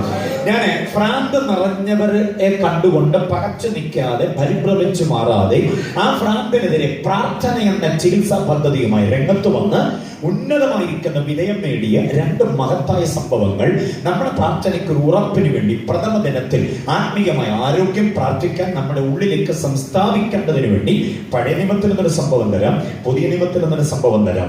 പഴയ പുതിയ നിയമങ്ങൾ രണ്ടും ഒരുമിച്ച് സമന്വയിപ്പിച്ച് പഠിക്കുമ്പോൾ ദൈവമക്കൾക്കെതിരെ ഉയരുന്ന സകല ഭ്രാന്തികൾക്കുമെതിരെ പ്രാർത്ഥനയല്ലാതെ വരെ പോകാൻ വഴിയില്ല. പണമെറിയുകയല്ല, ബന്ധുബലമുള്ളവരെ കണ്ടുപിടിക്കുകയല്ല, സ്വാധീനതയുള്ളവരെ തേടിപ്പോവുകയല്ല, ഏതെങ്കിലും ഒരു നേതാവിന് ഫോൺ ചെയ്യുകയല്ല, ഏതെങ്കിലും വക്കീലിനെ കാണുകയല്ല. നീ പ്രാർത്ഥന വഴി മുട്ടുകുത്തിയാൽ ദൈവത്തിന്റെ പ്രവൃത്തി വെളിപ്പെടും. അത് വിശ്വസിക്കേണ്ടതിനു വേണ്ടി, അത് ഉറപ്പാകേണ്ടതിനു വേണ്ടി രണ്ട് സംഭവങ്ങളെ ഇന്ന് പകൽ നിങ്ങളുടെ ശ്രദ്ധയിലേക്ക് കോറിയിടുകയാണ്. ഒന്നാമത്തെ സംഭവം വായിക്കാം. ഹാമാൻ എന്ന് പറയുന്ന മനുഷ്യനെ അറിയാം, നമ്മൾ കൂടെ കേട്ടിട്ടുള്ളത്. ഹാമാനും മൊർദെഖായും എസ്തറും ഒക്കെ ഒത്തിരി പ്രാവശ്യം കേട്ടിട്ടുള്ളത്. ഒരു പക്ഷേ ഉപവാസ പ്രാർത്ഥനയിലും കാത്തിരിപ്പ് യോഗത്തിലും ഒക്കെ സ്ഥിരം സന്ദർശകരാകാം ഈ പഴയ നിയമ താരങ്ങൾ. ഇന്ന് പകലിൽ ആദ്യ സമയത്ത് ഞാൻ അവരെ ഒന്ന് പരിചയപ്പെടുത്തുന്നത് മൊർദെഖായി പ്രാർത്ഥിച്ച ചില പ്രത്യേക ഘട്ടമാണ്, പ്രാർത്ഥിച്ച ചില സമയമാണ്. എപ്പോഴാണ് മൊർദെഖായി പ്രാർത്ഥിച്ചത്? വായിച്ചേ, 3-ാം അധ്യായം, എസ്തറിന്റെ പുസ്തകം 3-ാം അധ്യായം അതിന്റെ 15-ാമത് വാക്യം. 3-ാം അധ്യായം 15-ാമത് വാക്യം. അഞ്ചൽക്കാർ രാജകൽപ്പന പ്രമാണിച്ച് ഗണത്തിൽ പുറപ്പെട്ടു പോയി. ശൂഷൻ രാജധാനിയിൽ ആ തീർപ്പ് പരസ്യം ചെയ്തു. രാജാവും ഹാമാനും കുടിപ്പാനിരുന്നു. ശൂഷൻ പട്ടണമോ കലങ്ങിപ്പോയി. ശൂഷൻ പട്ടണം കലങ്ങിപ്പോയി. ആ വാക്യം ശ്രദ്ധിച്ചു കൊള്ളണം. ഒരു തീർപ്പ് പരസ്യം ചെയ്തു. ആർക്കെതിരെയുള്ള തീർപ്പാണെന്ന് അറിയാമോ ഇത്? ശൂഷൻ പട്ടണത്തിലുള്ള സകല യഹൂദ ജനത്തിനും എതിരെയുള്ള ഒരു തീർപ്പാണ്. അവരുടെ സ്ഥാപന ജംഗമ വസ്തുക്കളെ കൊള്ള ചെയ്യേണ്ടതിന് വേണ്ടി, ഒടുക്കേണ്ടതിന് വേണ്ടി, അത് മുഴുവനും അപകരിക്കേണ്ടതിന് വേണ്ടി ഒരു നിഗൂഢ പദ്ധതി ഹാമാന്റെ ഭ്രാന്ത് നിമിത്തം ഉണ്ടായതാണ്.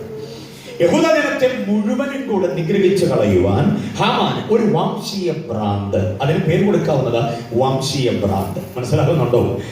രാജാവ് അവന്റെ കയ്യിലെ കളിപ്പാവയായിരുന്നു. അതുകൊണ്ട് തന്നെ രാജാവിനെ സ്വാധീനിച്ചിട്ട് ഒരു രേഖ യഹൂദജനത്തിനെതിരെ ഉണ്ടാക്കി അവനിങ്ങനെ കാത്തിരിക്കുകയാണ്. 3 ദിവസങ്ങൾക്കകത്ത് ഇവരെ മുഴുവനും കൂടെ നിഗ്രഹിക്കുക, അവരുടെ സ്ത്രീ പുരുഷന്മാരെ മുഴുവനും ഇല്ലാതെയാക്കുക, പെൺകുട്ടികൾ ആൺകുട്ടികളെ മുഴുവനും അപഹരിക്കുക, അവരുടെ ഇതുവരെ ഉള്ളതായിരിക്കുന്ന സകല സമ്പാദ്യങ്ങളെയും അപഹരിച്ചെടുക്കുക.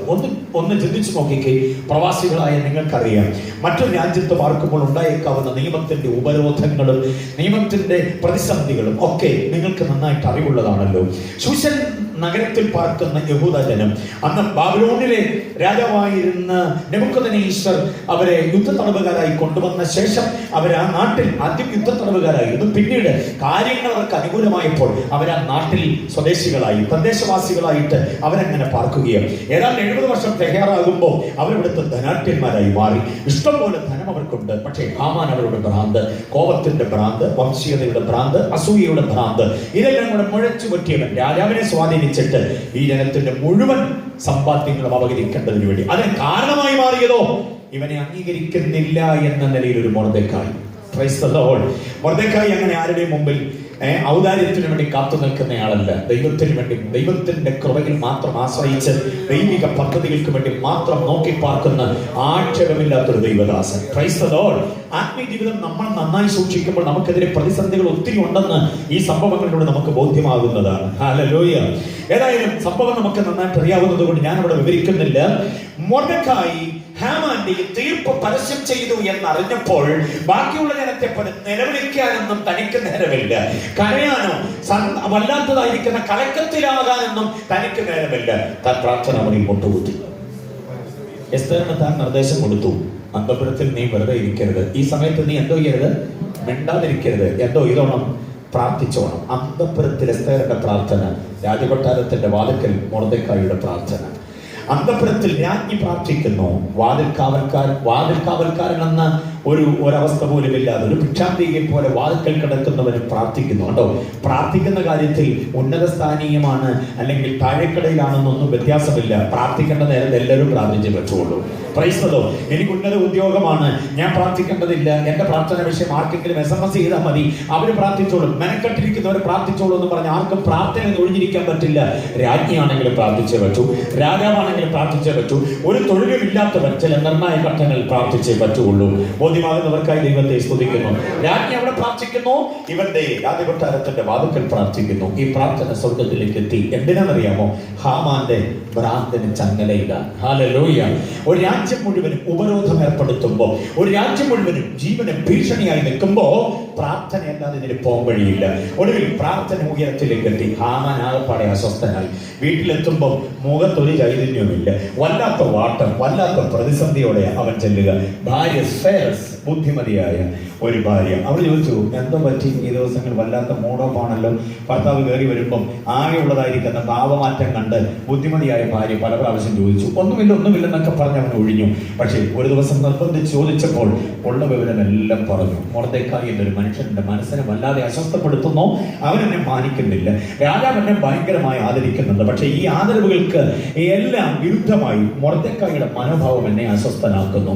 ഒടുവിൽ സേറസ് എന്ന സ്ത്രീയെ ബുദ്ധിമതി എന്ന് ഞാൻ വിശേഷിപ്പിച്ചതിന്റെ കാരണം എന്താണെന്നറിയാമോ? ഹാമാനേക്കാൾ അല്പം കൂടെ ലോകപരിചയമുള്ള, ജനത്തെക്കുറിച്ച് നല്ല അവബോധമുള്ള അവൾ ഒരു ചോദ്യം ചോദിക്കുന്നുണ്ട്. ശ്രദ്ധിച്ചിട്ടുണ്ടോ സഹോദരി സമാജം? ഈ സേറസിന്റെ ഒരു ചോദ്യം ശ്രദ്ധേയമാണ്. എന്താണെന്നറിയാം? നീ പറയുന്ന മൊർദെഖായി യഹൂദനാണ്? അവൻ പറയുന്നു, അതെ യഹൂദനാണ്, സംശയമില്ല. ഉടനെ അവളുടെ തിയോളജിക്കലായിട്ടുള്ളൊരു ബോധ്യം അവൾ പറയുന്നു. ദൈവശാസ്ത്രപരമായി അവൾക്കറിയാവുന്ന ഒരു അറിവ് അവൾ വിളിച്ചു പറയുന്നു, യഹൂദനാണെങ്കിൽ നീ അവനെ ജയിക്കുകയില്ല. ഈ പ്രഥമ ദിനത്തിൽ അകത്തളത്തിൽ കുറിക്കപ്പെടുന്ന ഒരു കാര്യമാണ്. യഹൂദനാണെങ്കിൽ നീ അവളെ എന്ത് ചെയ്യത്തില്ല? ജയിക്കുകയില്ല. യഹൂദൻ എന്ന വാക്കിന്റെ അർത്ഥം എന്താണെന്നറിയാമോ? സ്തുതിക്കുന്നവൻ, ആരാധിക്കുന്നവൻ, ദൈവത്തിൻ്റെത് എന്നൊക്കെയുള്ള അർത്ഥമാണ്. ബിലോങ്സ് ടു ഗോഡ് എന്നൊക്കെയുള്ള അർത്ഥതലമാണ് യഹൂദൻ എന്നുള്ളത്. പ്രൈസിംഗ് ജനത, മനസ്സിലായോ? ആരാധിക്കുന്ന ജനത, അവരെ ജയിക്കാൻ ലോകത്തിൽ ഒരു ശാക്തിക്കും കഴിയുകയില്ല. പ്രാർത്ഥിക്കുന്നവനെയും ആരാധിക്കുന്നവനെയും ജയിച്ച ചരിത്രം ഇതുവരെ ലോകത്തിലില്ല. വിശ്വസിക്കുന്ന ദൈവമക്കൾ കർത്താവിനെ സ്തുതിച്ചാട്ടെ. ഹാമാന്റെ ശക്തമായ തന്ത്രങ്ങളും അതേപോലെയുള്ള പ്രതിസന്ധികളും നിരവധി ഉയരുമ്പോഴും പ്രാർത്ഥനാ മുറിയിൽ ശക്തമായി പ്രബലമായി നിൽക്കുന്ന ജനത്തെ ജയിപ്പാൻ ആർക്കും കഴിയുകയില്ല. വിശ്വസിക്കുന്നവർ കർത്താവിനെ ഒന്നുകൂടെ സ്തുതിച്ച്. അവൻ യഹൂദനാണെങ്കിൽ നീ എന്തോ ചെയ്യത്തില്ല? ജയിക്കുകയില്ല. എന്നിട്ടും ഇവന്റെ അസ്വസ്ഥത കൂടിയതല്ലാതെ കാര്യം ഗ്രഹിച്ചുകൊണ്ട് അതിന് വേണ്ടുന്ന കാര്യം ചെയ്യാൻ അവന് കഴിഞ്ഞിട്ടില്ല. വീണ്ടും അവരുടെ പതനം കാണുവാൻ ആഗ്രഹിക്കുന്നു. പക്ഷേ മൊർദെഖായിയുടെ പ്രാർത്ഥന, എസ്തേറുടെ പ്രാർത്ഥന സ്വർഗത്തിലേക്ക് ശക്തമായി ഉയർന്നു. എന്താ സംഭവിച്ചെന്നറിയാമോ? ദൈവത്തിന്റെ പ്രവൃത്തി വെളിപ്പെട്ടു. പ്രാർത്ഥിക്കുന്ന ജനത്തെ ഉപേക്ഷിക്കാതെ ഒരു കർത്താവ് ഉയരത്തിലുണ്ട്. ദൈവത്തിന്റെ ശക്തമായ പ്രവൃത്തി വെളിപ്പെട്ടു. 8-15 വാക്യം വായിച്ച് 3-ാമത്തെ 15 വാക്യത്തിന് നേരെ വിരുദ്ധമായ, നേരെ ബദലായ ഒരു ദൈവപ്രവൃത്തി നമുക്ക് 8-15 കാണാൻ കഴിയും. 3-15 മറക്കരുത്. കൂട്ടത്തിൽ 8-15 ചേർത്ത് പഠിച്ചോണം. വായിച്ച് 8-15. എന്നാൽ മൊർദെഖായി നീലവും ശുഭ്രവുമായ രാജവസ്ത്രവും വലിയ പൊൻകിരീടവും ചടങ്ങുകൾ കൊണ്ടുള്ള രക്താംബരവും ധരിച്ച് രാജസന്നിധിയിൽ നിന്ന് പുറപ്പെട്ടു. വിശേഷപ്പെട്ട ആർഭാടങ്ങൾ അവന് രാജാവ് കൊടുക്കുകയാണ്. ആർക്കാ? മൊർദെഖായിക്ക് കൊടുക്കുക. എന്നിട്ട് അവന് എന്താ ചെയ്ത് നോക്കിക്കേ. അടുത്തത്, ശൂഷൻ പട്ടണം ആർത്തു സന്തോഷിച്ചു. ശൂഷൻ പട്ടണം എന്തോ ഇരുന്ന 3-15 എന്തോ ഇരുന്ന വായിച്ച് കലങ്ങിപ്പോയി. 8-15 എന്തോ ആയി? ആർത്ത് സന്തോഷിച്ചു. നമ്മുടെ ഈ ഉപവാസം എന്തിനാണെന്നറിയാം? പ്രഥമ ദിനത്തിൽ തന്നെ പറയാം, വാഗ്ദത്തത്തെ വെളിപ്പെടുത്തട്ടെ.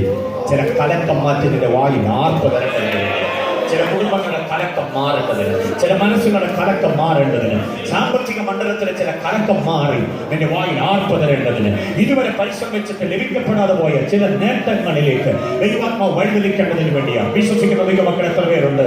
ഇന്ന് പഴക്കാലം അത് വാഗ്ദത്തമായി ഏറ്റെടുക്കുവാൻ കഴിയുന്ന എത്ര പേരുണ്ട്? കലക്കം, മനസ്സ് കലങ്ങി ആകപ്പാടെ തലമുറകളെ കുറിച്ച് ഓർത്തപ്പോൾ, ശുശ്രൂഷയെ കുറിച്ച് ഓർത്തപ്പോൾ, ഭാവിയെ കുറിച്ച് ഓർത്തപ്പോൾ, നാട്ടിലെ വാസ്തവകളെ കുറിച്ച് ഓർത്തപ്പോൾ, നാട്ടിലെ ബന്ധുജനങ്ങളെ കുറിച്ച് ഓർത്തപ്പോൾ, പ്രായമായിരിക്കുന്ന മാതാപിതാക്കളെ കുറിച്ച് ഓർത്തപ്പോൾ ഒരു കാലക്കമകത്ത് കയറിയിട്ട് കുറെ കാലങ്ങളായി അത് ആർപ്പാക്കി മാറ്റാൻ കഴിയുന്ന ഒരു ദൈവ പ്രവൃത്തി ഈ ദിവസങ്ങൾ വെളിപ്പെടാൻ ഇടയായി തീരും. ഈ സമയത്ത് പ്രാർത്ഥിക്കാനിരിക്കുന്ന ദൈവവൈദ്യരെ നീ ലജ്ജിച്ചു പോകയില്ല. വിശ്വാസത്തോടെ ഏറ്റെടുത്ത് കർത്താവിനെ സ്തുതിക്കട്ടെ. ചില കലക്കങ്ങളെ മാറ്റി ദൈവം ആർപ്പിനെ തരാൻ പോവുകയാണ്. ഓ ഹല്ലേലൂയ, ഹല്ലേലൂയ. വിശ്വാസത്തോടെ വെറും ഉപരിപ്ലവമായിട്ടല്ല, വചനത്തിന്റെ അധികാരികളെ ഏറ്റെടുത്ത് ദൈവത്തെ സ്തുതിക്കാൻ കഴിയും. കുഞ്ഞുങ്ങളുടെ വിദ്യാഭ്യാസം, അവരുടെ ഭാവി, അവരുടെ അഡ്മിഷൻ, അടുത്ത തട്ടകം, അവരുടെ അടുത്ത നിലപാട് എന്തൊക്കെയാകും എന്നൊക്കെ ഓർത്ത് ജോലിയെ കുറിച്ചുള്ള ഭാരം, ഒട്ടനവധി ടെൻഷനുള്ളവരാ നിങ്ങളെന്ന് എനിക്കറിയാം. പക്ഷേ അവയെല്ലാം മാറ്റി പകരം ആർപ്പിനെ തരാൻ കഴിയുന്ന ഒരുവന്റെ പാദത്തിങ്കലാണ് നമ്മളായിരിക്കുന്നത്. ഹല്ലേലൂയ. അപ്പോൾ ഞാൻ പറഞ്ഞു വന്ന ചിന്ത ഇതാണ്, ഹാമാൻ എന്ന് പറയുന്ന അതിശക്തനായ രാജാവടക്കമുള്ള പ്രമുഖ താരങ്ങളെ കൈപ്പിടിയിൽ ഒതുക്കിയിട്ടുള്ള ഹാമാന്റെ ഭ്രാന്തന് കുച്ചുവിലക്കിടുവാൻ കാരണമായ ഒറ്റ സംഗതി മൊർദെഖായിയുടെ പ്രാർത്ഥന. വിശ്വസിക്കുന്നുണ്ടോ? ചില അതീശത്വങ്ങളും ചില അധികാരങ്ങളും നിങ്ങൾ കുച്ചുവിലങ്ങിടണമെന്ന് ആഗ്രഹിക്കപ്പെടുന്ന ചില വല്ലാത്ത വ്യാപാരങ്ങളും പ്രാർത്ഥന കൊണ്ട് മാറ്റി എഴുതിയിട്ട് പ്രൈസ് ദി ലോർഡ് ദൈവത്തിന്റെ പ്രവൃത്തി ദൈവം വെളിപ്പെടുത്തും. Price the Lord. വചനത്തിന്റെ ചിന്ത അങ്ങനെ തന്നെ ആഴത്തിൽ ഏറ്റെടുക്കുവാൻ നമുക്ക് കഴിയണം.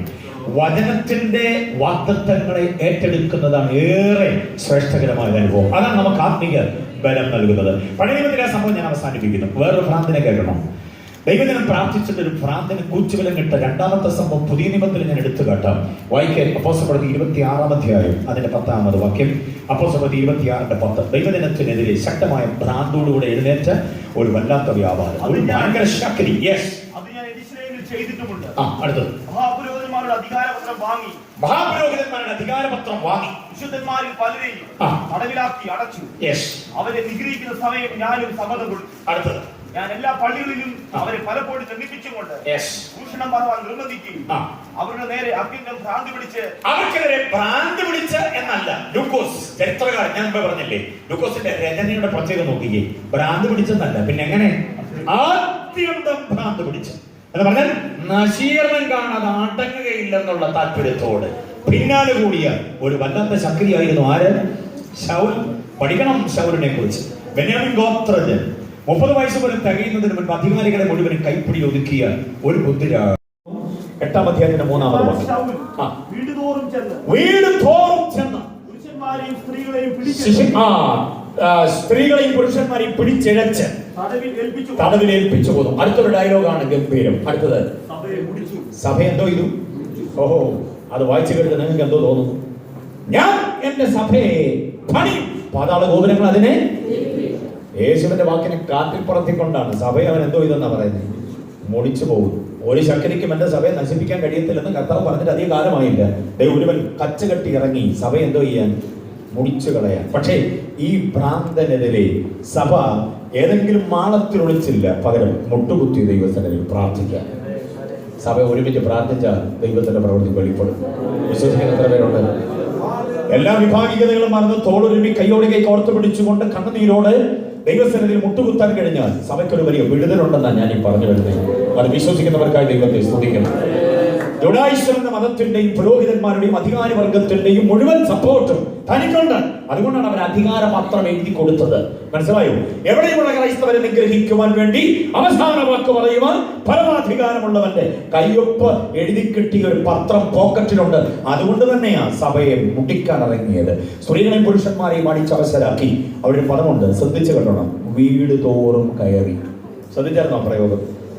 ലൂക്കോസിന്റെ പ്രത്യേകമായ രീതിയാണ്. വീട് തോറും കയറി. പക്ഷേ സഭ പ്രാർത്ഥിച്ചു ശക്തമായി. ഈ ശൗൽ എന്ന ഭ്രാന്തന് കൂച്ചുവിലങ്ങിടുവാൻ സഭ പ്രാർത്ഥിച്ചു. പ്രതികാര ചിന്തയോടെയല്ല, ദൈവകരങ്ങളിൽ കേൾപ്പിച്ചു കൊടുത്തുകൊണ്ട് ശക്തമായി പ്രാർത്ഥിച്ചു. സഭയുടെ പ്രാർത്ഥനയുടെ അനന്തരഫലമായി നടന്ന 1-2 ചിന്തകൾ ഞാൻ പറയട്ടെ, ശ്രദ്ധിച്ചു കേൾക്കണം. ചരിത്രമാണ്. സഭ പ്രാർത്ഥിച്ചാൽ വിടുതലുണ്ട്, ഭ്രാന്തിന് തീരുമാനമാകുമെന്നുള്ളതിന് ശക്തമായ പുതിയ നിയമത്തിന്റെ വൃത്താന്തമാണ് ഞാൻ പറയുന്നത്. സഭ ശക്തമായി പ്രാർത്ഥിച്ചു. ശക്തമായി സഭ പ്രാർത്ഥിച്ച വാക്യം എവിടെ വാസം എന്നൊക്കെ ചോദിച്ചാൽ അങ്ങനെ ഒരു വാക്യമില്ല. വരികൾക്കിടയിലൂടെ നാം തപ്പിയെടുക്കണം. കാരണം പത്രോസിനെ തടവിലാക്കിയപ്പോൾ സഭ എന്തോ ചെയ്തു? പ്രാർത്ഥിച്ചു എന്നല്ല, പിന്നെ ശ്രദ്ധയോടെ പ്രാർത്ഥിച്ചു. അങ്ങനെയാണെങ്കിൽ സഭ മുടിക്കാൻ ഒരുവൻ ഇറങ്ങിയപ്പോൾ സഭ എന്തോ ചെയ്തിട്ടുണ്ടത്? ശക്തമായിട്ട് പ്രാർത്ഥിച്ചിട്ടുണ്ട്, കരുത്തോടെ പ്രാർത്ഥിച്ചിട്ടുണ്ട്, കണ്ണുനീരോടെ പ്രാർത്ഥിച്ചിട്ടുണ്ട്. ആ പ്രാർത്ഥന ദൈവം അങ്ങോട്ട് പരിഗണിച്ചിട്ട് ചെയ്ത കാര്യം കേൾക്കണം. ശ്രദ്ധിച്ചു കേട്ടോ. പ്രാർത്ഥിക്കുന്ന സകല ദൈവമക്കളും അറിയണം ഈ ചരിത്രത്തിന്റെ വൃത്താന്തം. 8-ാം അധ്യായം, 9-ാം അധ്യായം, 10-ാം അധ്യായം അറിയാമല്ലോ. 3 അധ്യായങ്ങൾ ചരിത്ര മാനസാന്തരങ്ങളുടെ അധ്യായമാണ്. ചരിത്ര ഗ്രന്ഥമാണ് അപ്പോസ്തല പ്രവൃത്തി. അതിൽ 8-ാം അധ്യായം ഒരു പ്രധാന താരത്തിന്റെ മാനസാന്തരം. ആരുടെ മാനസാന്തരമാണ്? ഐക്യോപ്യ രാജ്ഞിയുടെ മന്ത്രി, ഐക്യോപ്യയിലെ ധനകാര്യ വകുപ്പ് മന്ത്രി, പ്രധാനമന്ത്രി. മനസ്സിലായോ? അദ്ദേഹത്തിന്റെ മാനസാന്തരമാണ്. 8-ാം അധ്യായം, 8-ാം അധ്യായം. 9-ാം അധ്യായം ആരുടെ മാനസാന്തരമാണ്? ശൗലിന്റെ മാനസാന്തരം. 10-ാം അധ്യായം ആരുടെ മാനസാന്തരമാണ്? കൊർന്നലിയോസ് എന്ന് പറയുന്ന ഒരു ക്യാപ്റ്റന്റെ മാനസാന്തരമാണ്. മനസ്സിലായോ? 3 അധ്യായങ്ങളും ചരിത്ര മാനസാന്തരങ്ങളാണ്. ഇനി ശ്രദ്ധിച്ചോണം. 8-ാം അധ്യായത്തിൽ ഈ പ്രധാനമന്ത്രി മാനസാന്തരപ്പെടുവാൻ ദൈവം ഉപയോഗിച്ച ആരെയാന്ന് പറയാമോ? ഫിലിപ്പോസ് എന്ന് പറയുന്ന ഒരു ഉപദേശിയാണ്. അദ്ദേഹം കൈസരയിലെ പാസ്റ്ററായിരുന്നു. പാസ്റ്ററോടുകൂടെ സുവിശേഷകനുമായി അദ്ദേഹം ശുശ്രൂഷ ചെയ്യുന്നു. ആ ദൈവദാസനെയാണ് ഈ പ്രധാനമന്ത്രി മാനസാന്തരപ്പെടാൻ ഉപയോഗിച്ചത്. പക്ഷേ കൊർന്നലിയോസ് കുടുംബമായി മാനസാന്തരപ്പെടാൻ ദൈവം ആരെ ഉപയോഗിച്ചു? അപ്പോസ്തലനായ പത്രോസിനെ ഉപയോഗിച്ചു. കണ്ടോ, ദൈവം ഓരോ സംഭവങ്ങൾക്കും മുഖാന്തരമാകാൻ ഓരോരുത്തരെയും നിയോഗിക്കുന്നത് ഓരോരോ കാലങ്ങളിൽ. അപ്പൊ 8-ാം അധ്യായത്തിൽ മന്ത്രി മാനസാന്തരപ്പെടാൻ ഒരു സുവിശേഷകനെ അയച്ചു. ഓക്കെ, 10-ാം അധ്യായത്തിൽ കൊർന്നലിയോസ് മാനസാന്തരപ്പെടാൻ എന്തോ ഇതും അപ്പോസ്തലനെ അയച്ചു. ഇവർ രണ്ടുപേരും മാനസാന്തരപ്പെടണമെന്ന് സഭ പ്രാർത്ഥിച്ചൊന്നുമില്ല. ദൈവത്തിന്റെ നിയോഗത്തിൽ കാര്യങ്ങൾ സംഭവിച്ച. പക്ഷെ സഭ ശക്തമായി പ്രാർത്ഥിച്ചുകൊണ്ടിരിക്കുന്നു ശൗലിന് വേണ്ടി. അവനെ കൈകാര്യം ചെയ്യാൻ ഫിലിപ്പോസിനെയോ പത്രോസിനെയോ വേറെ അപ്പോസ്തലനെയോ ഒരു ഗസ്റ്റ് സ്പീക്കറെ ഒന്നുമല്ല ദൈവം വിട്ടത്, കർത്താവ് നേരിട്ട് ഇറങ്ങി. എത്ര പേർക്ക് മനസ്സിലായി ഞാൻ പറഞ്ഞത്? ഈ ദിവസങ്ങളിൽ പ്രാർത്ഥിക്കുന്ന വിഷയത്തിന്റെ മേൽ ഏതെങ്കിലും ഒരു വ്യക്തിയെ വിടുകയല്ല ദൈവം. കർത്താവ് നേരിട്ട് നിന്റെ വീട്ടിലേക്ക് ഇറങ്ങി. കർത്താവ് നേരിട്ട് പ്രശ്ന മേഖലയിലേക്ക് ഇറങ്ങി. കർത്താവ് നേരിട്ട് പ്രതിസന്ധിയിലേക്ക് ഇറങ്ങി. ഓഫീസിലേക്ക് ഇറങ്ങി. പഠിക്കുന്ന സ്കൂളിലേക്ക് ഇറങ്ങി. ജോലി ചെയ്യുന്ന മേഖലയിലേക്ക് ഇറങ്ങി. ദൈവം പ്രവർത്തിക്കാനിടയാകും. വിശ്വസിക്കുന്നവർക്കായി ഞാൻ ദൈവത്തെ സ്തുതിക്കുകയാണ്. ശക്തമായ പ്രാർത്ഥന ഈ ദിവസങ്ങൾ ഉണ്ടാകുമെങ്കിൽ കർത്താവ് നേരിട്ട് ഇറങ്ങുക. ഓ ഹല്ലേലൂയ. യേശുവിന്റെ നാമത്തിൽ വിശ്വസിക്കുന്നവർ ശക്തമായി കർത്താവിനെ സ്തുതിക്കട്ടെ.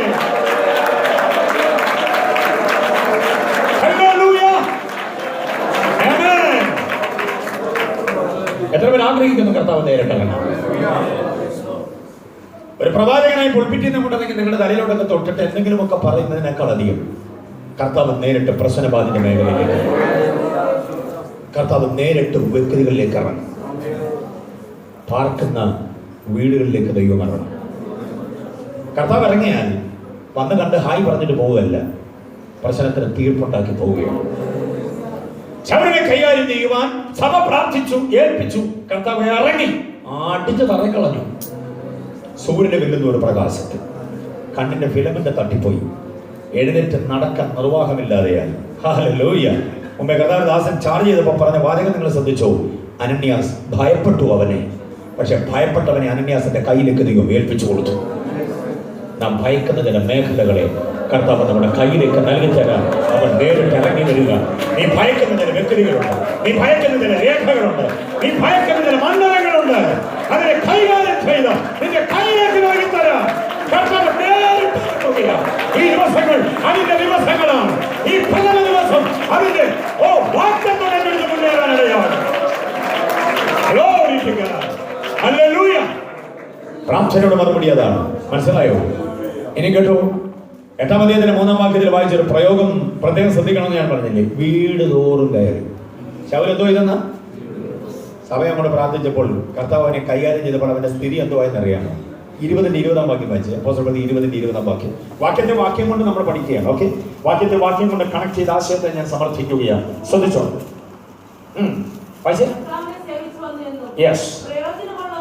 പ്രയോജനമുള്ളതൊന്നും മറച്ചു വെക്കാതെ പരസ്യമായി വീടുതോറും നിങ്ങളെ അറിയിച്ചു.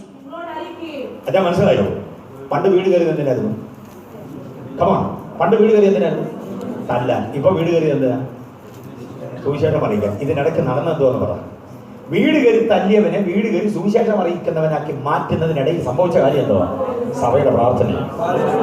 ഭ്രാന്ത് നിറഞ്ഞവനെ വീട് കയറി തല്ലിയവനെ സൗമ്യതയോടെ, ശാന്തതയോടെ, വിധേയത്വത്തോടെ, വിനയത്തോടെ, എളിമയോടെ, ക്രിസ്തു കേന്ദ്രീകൃതമായ ഒരു ജീവിതത്തിന്റെ തനിമയോടെ വീടാന്തര കയറി ഇറങ്ങി സുവിശേഷം അറിയിക്കുന്നവനാക്കി മാറ്റിയത് ദൈവസഭയുടെ പ്രാർത്ഥനയാണ്. അങ്ങനെയാണെങ്കിൽ IPC സഭ ഒരുമിച്ച് ജോലി, വേല, കൂലി എല്ലാം കളഞ്ഞ് ഈ ദിവസങ്ങൾ ദൈവസഭയിൽ പകലും രാത്രിയിലും മുട്ടുമടക്കുമെങ്കിൽ ചില വ്യക്തികളെ ദൈവം സന്ദർശിക്കുക തന്നെ ചെയ്യും. ചില വ്യക്തികളെ ദൈവം ഉപയോഗിക്കുക തന്നെ ചെയ്യും. അനുകൂലിച്ച് ശുദ്ധീകരിച്ച് ദൈവനാമത്തിന്റെ മഹത്വത്തിന് വേണ്ടി ദൈവം പ്രയോജനപ്പെടുത്താനിടയാകും. ഭീഷണിയായി നിൽക്കുന്ന, പ്രതിസന്ധിയായി നിൽക്കുന്ന, ബ്ലോക്കായി നിൽക്കുന്ന ചില വല്ലാത്ത വ്യാപാര ശക്തികളെ കർത്താവ് പ്രവർത്തിച്ചുകൊണ്ട് നേരെ കൊണ്ടുവരാനിടയാകും. വിശ്വസിക്കുന്നവർ കർത്താവിനെ മഹത്വപ്പെടുന്നത്.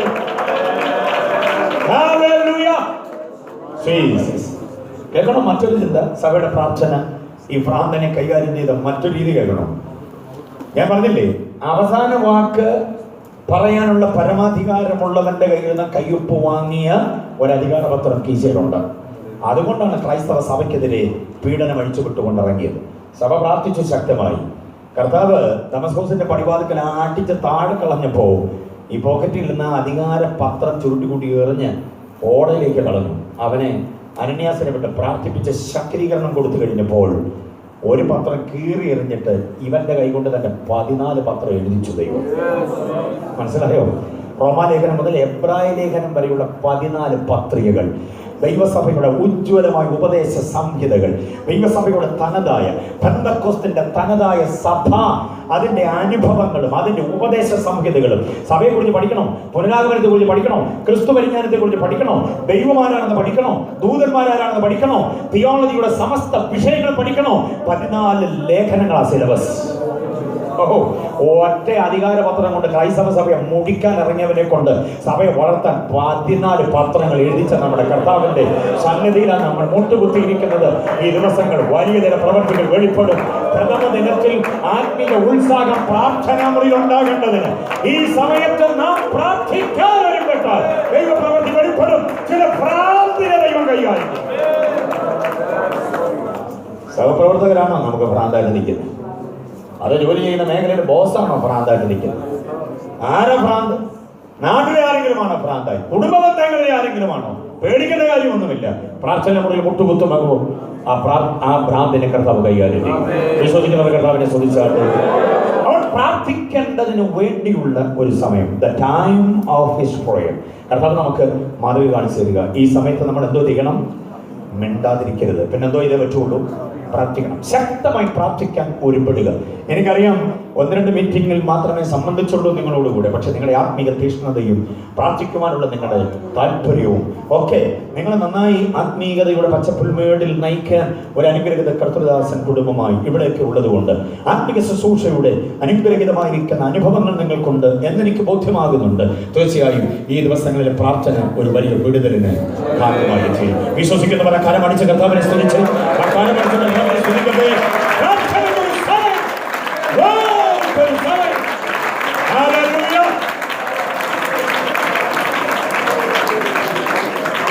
ഒറ്റ ചിന്ത കൂടെ പറഞ്ഞ് ഞാൻ ഈ പാഠത്തിന് വിരാമമിടാം. ബാക്കി പിന്നീട് നമുക്ക് പഠിക്കാം. യേശുവിന്റെ പ്രാർത്ഥനയുടെ രീതിയും കൂടെ ഒന്ന് പഠിച്ചിട്ട് പോകാം. തുടങ്ങുകയാണല്ലോ നമ്മുടെ പ്രാർത്ഥന ഇന്ന്, ഉപവാസം. അതുകൊണ്ട് ഈ രീതി വളരെ ചിന്തനീയമായൊരു ഭാഗമാണ്. വായിച്ച് മർക്കോസിന്റെ സുവിശേഷം 14-ാം അധ്യായം അതിന്റെ 35-ാമത് വാക്യം. യേശുവിന്റെ പ്രാർത്ഥനയുടെ രീതി നാം പഠിക്കും. ആ രീതി കണ്ടോ? The style of his prayer. ശ്രദ്ധിച്ചോണം. അല്പം മുൻപോട്ട് ചെന്ന് എന്തോ ഇതും നിലത്ത് വീണ്, പരമാർത്ഥമായിട്ട് ചിന്തിക്കും, നിലത്ത് വീണ് മുഴങ്കാലം അടയ്ക്കൊന്ന് പ്രാർത്ഥിച്ചിട്ട് എത്ര നാളായി? സൗകര്യപ്രദമായ ശാരീരിക ക്ഷീണത്തിന് മുൻതൂക്കം കൊടുത്ത് നമ്മുടെ പ്രാർത്ഥനാ മുറിയിൽ നമുക്ക് സൗകര്യമുള്ള പോലൊക്കെ നമ്മൾ ഇരിക്കുമ്പോൾ യേശു പ്രാർത്ഥനാ മുറിയിൽ എന്തോ ഇരുന്ന വൈകുന്നേ നിലത്ത് വീണ്ടും പ്രാർത്ഥിച്ചു. ഹല്ലേലൂയ. ദൈവമക്കളെ, ആദ്യ ദിവസമായതുകൊണ്ട് ഞാൻ ഒരു കാര്യം വ്യക്തമായി പറയാം എല്ലാവരോടും. പ്രാർത്ഥനയിൽ 2 കാര്യം നാം ശ്രദ്ധിക്കണം. ഒന്ന്, ദൈവത്തിന്റെ കണ്ണുകൾക്ക് തൃപ്തിയാകണം നമ്മുടെ പ്രാർത്ഥന, നമ്മുടെ ഉപവാസം. 2, ദൈവത്തിന്റെ കാതുകൾക്ക് തൃപ്തിയാകണം. ദൈവത്തിന്റെ കണ്ണിനും ദൈവത്തിന്റെ കാതിനും നമ്മുടെ പ്രാർത്ഥന തൃപ്തിയായാൽ വിജയം ഉറപ്പാണ്. സ്വതന്ത്രം പറയാത്തവർക്ക് പറ്റും. ഞാൻ അങ്ങയോട് കഴിക്കുന്ന പ്രാർത്ഥന കേൾക്കേണ്ടതിന് നിന്റെ കാതും കാണേണ്ടതിന് നിന്റെ കണ്ണും ശ്രദ്ധിച്ചിരിക്കണമേ. ആര് പറയുന്ന? നെഹമ്യാവ് പറയുന്ന പ്രാർത്ഥനാ മനുഷ്യനാണ് നെഹമ്യാവ്. ഉണ്ടോ? ജീവിതത്തിൽ കറുത്ത പൊട്ടി ചൂണ്ടിക്കാട്ടാൻ ഇല്ലാത്ത വിധം ജീവിതത്തെ സസൂക്ഷ്മമായി ആത്മീയ തലത്തിൽ ഉന്നതാവസ്ഥയിൽ കൊണ്ടെത്തിച്ചൊരു അനുഗ്രഹിത ഭക്തനാണ് നെഹമ്യാവ്. ഉണ്ടോ? നെഹമ്യാവ് പറയുന്നു, കർത്താവേ, ഞാൻ അങ്ങയോട് പ്രാർത്ഥിക്കുന്ന പ്രാർത്ഥന കേൾക്കാൻ നിന്റെ കാതെന്തോ ചെയ്യണം? തുറന്നിരിക്കണം. കാണാൻ നിന്റെ കണ്ണെന്തോ ചെയ്യണം? നെഹമ്യാവ് പ്രാർത്ഥനയെ കുറിച്ച് നമ്മെ പഠിപ്പിക്കുന്ന ഒരു അനുഗ്രഹിതമായ ചിന്തയാണ്. അപ്പൊ പ്രാർത്ഥിക്കുമ്പോൾ നമ്മുടെ പ്രാർത്ഥന ദൈവത്തിന്റെ കാതുകൾക്ക് എന്തോ ആകണം? തൃപ്തിയാകണം. പിന്നെ നമ്മുടെ ദൈവത്തിന്റെ കണ്ണുകൾക്ക് എന്തോ ആകണം? തൃപ്തിയാകണം. എന്ന് പറഞ്ഞാൽ പ്രാർത്ഥന മുറിയിൽ നമ്മൾ എടുക്കുന്ന ശാരീരിക നിലപാട്, പ്രാർത്ഥന മുറിയിൽ നമ്മൾ ഉതിർത്തുവിടുന്ന ഭാഷയുടെ ആ പ്രത്യേകത കണ്ടോ? ഇത് 2ഉം കൂടെ ദൈവം കേട്ടിട്ട് ആ പ്രാർത്ഥനയ്ക്ക് മറുപടി തരുന്നു. എങ്ങനെയെങ്കിലും സൗകര്യപ്രദമായി എവിടെയെങ്കിലും ദിവാൻ ഹോട്ടലോ അല്ലെങ്കിൽ ഡബിൾ ഹോട്ടലോ MM ഡുറോഫ്ലസ് കുർലോട്ടം എത്തപ്പുറത്തൊക്കെ കയറിയിരുന്ന കർത്താവെ അനുഗ്രഹിക്കണം യേശുവിന്റെ നാമത്തിൽ ആമേൻ എന്ന് പറഞ്ഞ് പൊത്തോന്ന് വീഴുന്ന പുള്ളികളുണ്ട്. പ്രാർത്ഥന ഒരു ചടങ്ങായിട്ട് ചെയ്യുന്നവർ. പക്ഷേ ഹൃദയഭാരത്തോടുകൂടെ ദൈവസന്നിധിയിൽ വീഴുന്ന വ്യക്തികളുണ്ട്. മുഴങ്ങാതിരിക്കുന്നവരെ, വീട് കിടക്കുന്നവരെ ഒന്നും കർത്താവിനെ ഉപേക്ഷിച്ചതായി നമ്മൾ വായിക്കുന്നില്ല. കർത്താവിന്റെ കണ്ണിന് തൃപ്തി വരണം നമ്മുടെ ശാരീരിക നിലപാട്. മനസ്സിലാവുന്നുണ്ടോ? ഇങ്ങനെ ഇരുന്നേ പ്രാർത്ഥിക്കാവുന്ന വ്യക്തമാക്കുന്ന ഒരു വാക്യമൊന്നും ഉപദേശമായി തരാൻ എനിക്കില്ല. പക്ഷേ വാക്യം കാട്ടിത്തരാൻ ഒത്തിരിയുണ്ട്. ഉൽപ്പത്തി മുതൽ വെളിപ്പാട് വരെയുള്ള പുസ്തകങ്ങൾ പരിശോധിച്ച് നോക്ക്. ഭക്തന്മാർ പ്രാർത്ഥിച്ചിട്ടുള്ളതൊക്കെ അവരുടെ ഏതെങ്കിലും വിധത്തിലുള്ള സ്ഥാനമാനങ്ങൾക്ക് മുൻഗണന കൊടുത്തുകൊണ്ടല്ല, പകരം അവർ ദൈവസന്നിധിയിൽ വിനയപ്പെട്ട് ദൈവസന്നിധിയിലേക്ക് വീണ് കിടക്കുകയായിരുന്നു. ആ കിടന്ന് പ്രാർത്ഥിച്ച് എഴുന്നേറ്റപ്പോൾ അവരുടെ വിഷയത്തിന് മറുപടി ലഭിക്കപ്പെടാനിടയായിരുന്നു. കുഞ്ഞുങ്ങളടക്കം ശ്രദ്ധിച്ചോണം. പ്രാർത്ഥന മുറിയിലേക്ക് വീഴാൻ കഴിയുമെങ്കിൽ, മുഴങ്കൽ മടക്കാൻ കഴിയുമെങ്കിൽ ദൈവത്തിന്റെ പ്രവൃത്തി വെളിപ്പെടുക തന്നെ ചെയ്യും. ഭാഷ ഒരു വലിയ പ്രശ്നമാകട്ടോ. ഇംഗ്ലീഷ് പ്രാർത്ഥിച്ചാലും മലയാളത്തിൽ പ്രാർത്ഥിച്ചാലും ഹിന്ദി പ്രാർത്ഥിച്ചാലും ഞാനൊരു കാര്യം തുറന്നു പറയാം. കേരളത്തിൽ നിന്ന് ഞാനിവിടെ വന്ന് അങ്ങനെ പറഞ്ഞെന്ന് വേറെ ആരോട് നിങ്ങൾ പറയരുത്. അഥവാ പറഞ്ഞാൽ അവരോട് പറയണം, വേറെ ആരോടും പറയരുത്. കാരണം നമ്മുടെ മലയാള ഭാഷ പ്രാർത്ഥിക്കാൻ കൊള്ളാത്ത ഭാഷയല്ല. മലയാള ഭാഷ ആദരവിന്റെ ഭാഷയാണ്. നമ്മൾ കർത്താവേ നിന്റെ സന്നിധി ഇറങ്ങി വരണമേ, നിന്നോട് നീ എന്നും നിന്റെ നോക്കി കയറി കർത്താവിനെ വിളിച്ചുകൊണ്ട് നമ്മൾ ഈ പ്രാർത്ഥിക്കുന്ന പ്രാർത്ഥന കർത്താവിന് അത്ര സുഖകരമാകുമെന്ന് എനിക്ക് തോന്നുന്നില്ല. വീട്ടിൽ ചെന്ന് പപ്പായെ നിന്റെ പേന എന്തെന്ന് ചോദിക്കാവോ? അട്ടിയുടെ പെരുന്നോളായിരിക്കുമല്ലോ പേര്. മമ്മിയെ നീ എടുത്ത എന്റെ ഭാഗ്യം എന്തി ഒന്ന് ചോദിച്ചു നോക്കണേ മോളെ. പപ്പായും മമ്മിയൊന്നും നമ്മൾ വിളിക്കാത്ത വിളിയെ ആരെ വിളിക്കുന്നത്? കർത്താവിനെ വിളിക്കുന്നു. അപ്പൊ നീയൊന്നും നിന്റെന്നും ഒക്കെ പറഞ്ഞ് നമ്മൾ ഈ പ്രാർത്ഥിക്കുമ്പോൾ അപ്പുറത്ത് തമിഴ് നിന്നുകൊണ്ട് പ്രാർത്ഥിക്കുന്നു, അപ്പാ ആണ്ടവരെ ഒറ്റ വിളിക്കുമ്പോ സ്വർഗം ഇങ്ങ് ഇറങ്ങുക താഴോട്ട്. മനസ്സിലായില്ലേ? ആ ഭാഷയുടെ പ്രത്യേകതയാണ്. അപ്പുറത്തെ ഹിന്ദിക്കാരൻ എന്നൊരു വിളിക്കുമ്പോൾ സ്വർഗം ഇങ്ങ് ഇറങ്ങും താഴോട്ട് അവന്റെ അരികിലേക്ക്. അപ്പോഴാ മലയാളി അവിടെ നിന്നുണ്ട് നീയെന്നും നിന്റെ എന്നും ഒക്കെ പറയുമ്പോൾ കർത്താവ് ചോദിക്കുക എവിടുന്നാ പ്രാർത്ഥന? ദൂതന്മാര് പറയും കേരളത്തിൽ നിന്നാ ഷട്ടറാൻ കിട്ടാൻ. മനസ്സിലായില്ലേ? കാരണം കർത്താവ് കേട്ട അടുത്ത് നമ്മുടെ പുസ്തകത്തിൽ ഇത് തന്നെയാണല്ലോ, നീ എന്നും നിന്റെ എന്നും ഒക്കെ. പഴയ ഇംഗ്ലീഷ് ബൈബിളിൽ, കിങ് ജെയിംസ് വേർഷൻ ബൈബിളിൽ ദീ ദൈ ദൗ 3 പ്രയോഗങ്ങളുണ്ട്. അങ്ങയോട്, അവിടുത്തോട് എന്നർത്ഥമാണ്. അത് പുതിയ പരിഷ്കരണം വന്നപ്പം ഈ ദീ ദൈ ദൗ എല്ലാം കൂടെ എടുത്തു ചൂട്ടി കളഞ്ഞിട്ട് മൊത്തം യു ആക്കി. അത് സാധാരണ നമ്മൾ യു എന്നാണ് വിളിക്കുന്നത്, ദൈവത്തെ യു എന്നാണ് വിളിക്കുന്നത്. പരിഷ്കാരം വന്നപ്പം ആദരവിന് മാറ്റമുണ്ടായി. മനസ്സിലാകുന്നുണ്ടോ? അപ്പം ദൈവത്തിന്റെ കാതുകൾക്ക് എന്തോ വേണം? തൃപ്തി വരണം. മാത്രമല്ല മലയാളിയുടെ പ്രാർത്ഥന ശ്രദ്ധിച്ചാൽ അറിയാം, മൊത്തം അവിട്ട് പൊട്ടിക്കുന്നവരെ കർത്താവെ വന്നാട്ടെ, പ്രവർത്തിച്ചാട്ടെ, ഞങ്ങളെ തൊട്ടാട്ടെ, ഞങ്ങളുടെ മധ്യേ കൂടെ ഉലാവിക്കാട്ടെ, പിന്നെ മൈക്കിൽ ലൈറ്റ് വല്ലതും അവിടുന്ന് പ്രവർത്തിപ്പിച്ചാട്ടെ, ഇതെല്ലാം കഴിഞ്ഞെങ്കിൽ പോയാട്ടെ, പിന്നെ ഞങ്ങൾ വിളിക്കാൻ നേരം വന്നാട്ടെ. ഈ എന്ന പ്രയോഗം അത്ര സുഖകരമായ ഏർപ്പാടല്ല. ഉൽപ്പത്തി മുതൽ നിങ്ങൾ പ്രാർത്ഥിച്ചു നോക്കിയേ, സകല പ്രാർത്ഥനാ വാചകങ്ങളും അവസാനിപ്പിക്കുന്നത് നമേ നമേ നമേ നമേ നമേ എന്നാണ്. നമോ നമോ എന്നല്ല, പിന്നെ കേൾക്കണമേ, പ്രവർത്തിക്കണമേ, ക്ഷമിക്കണമേ, വരേണമേ, തരേണമേ, അനുഗ്രഹിക്കണമേ, ചെവിചായ്ക്കണമേ. ആദരവിന്റെ മലയാളമാണ്. മനസ്സിലാകുന്നുണ്ടോ? അങ്ങയോട് പ്രാർത്ഥിക്കുന്ന ഞങ്ങളോട് കരുണ തോന്നണമേ എന്നാ. അപ്പോഴാ നമ്മള് ഈ അമട്ട അങ്ങോട്ട് പൊട്ടിച്ചു വിടുന്നത്. ഉപവാസം ഇടുന്നുണ്ട് അമട്ട് പൊട്ടിക്കുക. തമ്പുരാൻ ഇത് എങ്ങനെ സഹിക്കുമെന്ന് പറ. അതുകൊണ്ടാണ് നെഹമ്യാവ് പറയുന്നു, അങ്ങയുടെ പ്രാർത്ഥന, ഞങ്ങൾ കഴിക്കുന്ന പ്രാർത്ഥന കേൾക്കേണ്ടതിന് അങ്ങയുടെ കാത് എന്തോ ചെയ്യണം? ശ്രദ്ധിച്ചിരിക്കണമേ. അവിടുത്തെ ചെവി ശ്രദ്ധിച്ചിരിക്കുകയും അവിടുത്തെ കണ്ണ് തുറന്നിരിക്കുകയും ചെയ്യണം. ആദ്യത്തെ ദിവസമായതുകൊണ്ട് ഞാൻ ഈ അടിസ്ഥാന വിവരങ്ങൾ പറയുന്നത്. ദ ടൈം ഓഫ് പ്രയർ, കർത്താവിന്റെ സന്നിധിയിൽ വീഴണം. നിർത്തുന്നു ഒറ്റ ആത്മീക ചിന്ത പറഞ്ഞുകൊണ്ട്. കർത്താവ് വീട് കിടന്ന് പ്രാർത്ഥിച്ചു പിതാവിന്റെ മുൻപാകെ. ഓക്കെ, ഗെത്സമനയുടെ പച്ചമണ്ണിൽ വീട് കിടന്ന് പ്രാർത്ഥിച്ചു. അനുഭവിക്കാൻ പോകുന്ന ക്രൂശീകരണമാണ്, ഭയാനകമായിരിക്കുന്ന ഒരു സംഭവം. അതിനെ ഏറ്റെടുക്കുവാൻ, മടികൂടെ അത് ഏറ്റെടുക്കുവാൻ, രക്ഷാകര ദൗത്യം നിവർത്തിക്കേണ്ടതിന്, അതിനുള്ള കരുത്താർജിക്കേണ്ടതിന് ഏതെങ്കിലും ഒരു കല്ലേലോ, ഏതെങ്കിലും ഒരു വേരയിലോ, ഏതെങ്കിലും ഒരു മരത്തിന്റെ കൊമ്പിലോ ഇരുന്ന് പ്രാർത്ഥിക്കൂ, നിന്ന് പ്രാർത്ഥിക്കൂ, ചാരി നിന്ന് പ്രാർത്ഥിക്കുമല്ല. അവിടെ മർക്കോസ് എഴുതിയിരിക്കുന്ന പ്രയോഗം കണ്ടോ? വീഴും. നിലത്തെന്തോ ചെയ്തു? യേശുവിന്റെ പ്രാർത്ഥന മുറിയാണ് ഗെത്സമനെ. പച്ചമണ്ണിൽ വീണ് കിടന്ന് പ്രാർത്ഥിച്ചു. എത്ര നേരം വീണ് കിടന്നെന്ന് അറിയില്ല, കുറെ നേരമാകാം. ദൈവം പ്രാർത്ഥന കേട്ടു, മറുപടി തന്നു, കരുത്ത് പകർന്നു എന്ന് ബോധ്യമായപ്പോൾ എഴുന്നേറ്റു, ഉപ്പുറ്റി ഉറപ്പിച്ച് അതേ മണ്ണിൽ നിന്നു. പെട്ടെന്ന് ഇരുട്ടുവൻ ഉണ്ടായിരുന്ന തോട്ടത്തിൽ വെട്ടം പരന്നു. ഉയർത്തിപ്പിടിച്ച പന്തങ്ങളും കുന്തങ്ങളും വാളും വടിയുമൊക്കെയായി ഒരു പറ്റം ആളുകൾ. ആ ഒരു പറ്റം ആളുകളെ ഞാൻ രണ്ടായി തിരിക്കും. ഒന്ന്, അനാസ് കയ്യഫാവും വിട്ട പടയാളി, അല്ല അവർ വിട്ടതായിരിക്കുന്ന കൊട്ടേഷൻ ടീം അംഗങ്ങൾ. ഹെരോദും പിലാത്തോസും വിട്ട പടയാളികൾ. രണ്ടു കൂട്ടർക്കും വഴികാട്ടിയായി യേശുവിനോടൊപ്പം മുട്ടിത്തട്ടി നടന്നിരുന്ന ശിഷ്യൻ ആരാ? യൂദ. എല്ലാം കൂടി ഒരു കൂട്ടമായി വന്നു അവനെ പിടിച്ചു കെട്ടിക്കൊണ്ടുപോകുക. പക്ഷേ യേശുവ നിൽക്കുന്നതെന്ന് വെട്ടത്തിലും അവർക്ക് മനസ്സിലായില്ല. യഥാർത്ഥ പ്രകാശമായവൻ അവരുടെ പ്രകാശത്തിലേക്ക് നെഞ്ചു വിരിച്ച് നിന്നുകൊണ്ട് ഒരൊറ്റ ചോദ്യം ചോദിച്ചു, ആരെ തിരയുന്നു? അവരുടെ മറുപടി, ഞങ്ങൾ നസറേനായ യേശുവിനെ തിരയും. യേശുവിന്റെ പ്രത്യുത്തരം, അത് ഞാൻ തന്നെ. ചോദ്യോത്തരം മനസ്സിലായി? ഓ, ഇന്നലെ ഞാൻ പറഞ്ഞ പോലെ ചോദ്യോത്തരം മനസ്സിലായി. ആരെ തിരയുന്നു? അവിടെ യേശുവിന്റെ ചോദ്യം, അവരുടെ മറുപടി, ഞങ്ങൾ ആരെ തിരയുന്നു? നസറേനായ യേശുവിന്. യേശുവിന്റെ പ്രത്യുത്തരം, അതാരാ? ഞാൻ തന്നെ. ഉടനെ എന്താ സംഭവിച്ചു? കമോൺ, ഉടനെ എന്താ സംഭവിച്ചു? വായിച്ച വേഗം ഒരു വാക്യം, 18-ാം അധ്യായം യോഹന്നാന്റെ സുവിശേഷം 18-ന്റെ 6-ാമത് വാക്യം. ഞാൻ തന്നെ എന്ന് പറഞ്ഞപ്പോൾ എന്താ സംഭവിച്ചത്? യെസ്, അവർ പിൻവാങ്ങി എന്തോ ചെയ്തു? നിലത്ത് വീണു. മറക്കേണ്ട വാക്യം ശ്രദ്ധിച്ചാൽ ഞാൻ 2 വാക്യങ്ങൾ തമ്മിൽ കണക്ട് ചെയ്യുന്നു. മർക്കോസ് 14-ാം അധ്യായത്തിന്റെ 35-ാമത് വാക്യത്തിൽ അവൻ നിലത്തു വീണു പ്രാർത്ഥിച്ചു. യോഹന്നാൻ 18-ന്റെ 6-ാമത് വാക്യത്തിൽ അവർ എന്തോ ചെയ്തു? നിലത്തു വീണു. എന്തോ തോന്നുന്നു നിങ്ങൾക്ക്? ഒരു സ്വത്രം ഉയർന്നില്ലല്ലോ. ആശയം മനസ്സിലാക്കി. 35-ൽ നിലത്ത് വീണ് കിടക്കുന്ന ആരാ? യേശു. യോഹന്നാൻ 18-ന്റെ 6-ൽ നിലത്ത് വീണത് ആരാ? അവനെ പിടിച്ചു കെട്ടിക്കൊണ്ട് പോകാൻ വന്ന പടയാളികൾ. എന്തോ ആശയം മനസ്സിലായി? പ്രാർത്ഥന മുറിയിൽ നിലത്തൊന്ന് വീഴാൻ മനസ്സാകുന്നു. 21 ദിവസം നിലത്ത് വീഴാൻ മനസ്സാകുന്നു എന്ന് പറഞ്ഞാൽ എല്ലാം ഉപേക്ഷിച്ച് സകല പത്രാസും മാറ്റിവെച്ച് വിധേയപ്പെട്ട് ദൈവസ്ഥനിൽ വീഴാൻ മനസ്സാകുമെങ്കിൽ പ്രാർത്ഥനയിൽ എഴുന്നേൽക്കുമ്പോൾ നിന്റെ ശത്രു നിന്റെ മുമ്പിൽ വീഴും. ഉയർന്നു നിൽക്കുന്ന ഓട്ടങ്ങൾ നമ്മുടെ മുമ്പിൽ വീണിരിക്കും. വിശ്വസിക്കുന്നവർ കർത്താവിനെ സ്തുതിച്ചാട്ടെ. ഈ വാഗ്ദത്തങ്ങൾ ഏറ്റെടുക്കുന്നവർ കർത്താവിനെ സ്തുതിച്ചാട്ടെ. ഞാൻ വാർത്ത അവസാനിപ്പിക്കുകയാണ്. ഇന്ന് പകൽക്കാലം ദൈവാത്മാവ് നമ്മെ കൽപ്പിച്ച മഹത്തായ ചിന്തകൾ ഭ്രാന്തിന് കുഞ്ചിടങ്ങിടുവാൻ ഒറ്റ വഴി പ്രാർത്ഥിക്കുക എന്നതാണ്.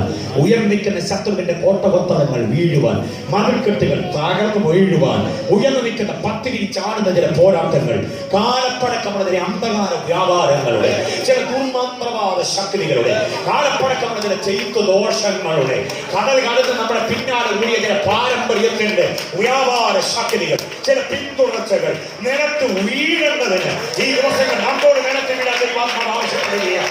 പ്രാർത്ഥനയുടെ രീതിയുണ്ട്, പ്രാർത്ഥനയുടെ സ്ഥായിലുണ്ട്. ഈ ദിവസങ്ങൾ അതിന് നാം തയ്യാറാകുമെങ്കിൽ ദൈവപ്രവൃത്തി വെളിപ്പെടുത്തുന്നതിനെയും ശക്തമായി കർത്താവിനെ സ്തുതിക്കട്ടെ. ശക്തമായി കർത്താവിനെ നാമപ്പെടുത്തട്ടെ. യേശുവിന്റെ പ്രാർത്ഥനയുടെ രീതി. ഈ ഭയപ്പെടുന്നതിന് വല്ലാത്ത വ്യാപാരം, ഭയപ്പെടുന്നതിന് വല്ലാത്ത പോയി എന്തുകൊണ്ട് വീഴാൻ അവ തകർന്നു വീഴുന്നത് കാണാൻ ഇവിടെ നിന്ന് പ്രാർത്ഥിക്കുമ്പോൾ ചില വീടുകളിൽ നാട്ടിൽ സംഭവിക്കുക തലമുറയുടെ ജീവിതത്തിന്റെ ബന്ധങ്ങൾ. ഓ hallelujah, hallelujah.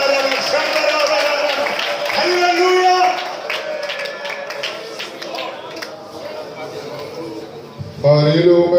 മനോഭാരങ്ങളെ അറിയുന്നവനിക്ക് hallelujah. മനോഭാരങ്ങളെ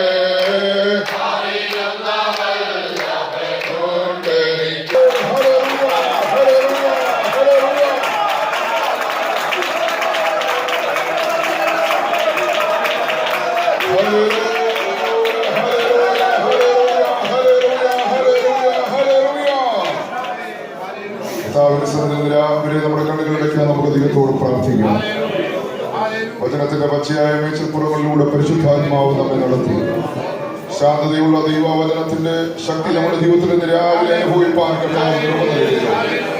hallelujah, hallelujah, hallelujah, hallelujah. നാം ദിവസത്തിന്റെ ആരംഭത്തിൽ പ്രാർത്ഥിച്ചതുപോലെ ഹല്ലേലൂയ, വചനത്തിനു മുമ്പാകെ നമ്മുടെ ഉള്ളം കത്തുന്ന അനുഭവം കർത്താവ് നൽകി തന്നല്ലോ. നാം ഇവിടെ വചനം കേട്ടപ്പോൾ തന്നെ ചില മേഖലകളെ അതിവേഗത്തിൽ പാഞ്ഞിരുന്ന വചനം സ്പർശിച്ചു കഴിഞ്ഞു. സ്തോത്രം, സ്തോത്രം, സ്തോത്രം. 21 ദിവസം നാം ചില വിടുതലുകൾക്ക് സാക്ഷ്യം വഹിക്കാൻ പോകുകയാണ്. ചില അസാധാരണ പ്രവൃത്തികൾ നമ്മുടെ കൺമുന്നിൽ വെളിപ്പെടാൻ പോകുകയാണ്. ഹല്ലേലൂയ. ശത്രു കൈയടക്കി വെച്ചിരിക്കുന്ന ചില മേഖലകളിൽ ഹല്ലേലൂയ ദൈവ വിടുതലുകളെ കൽപ്പിക്കാനായിട്ട് പോകുകയാണ്. ഹല്ലേലൂയ,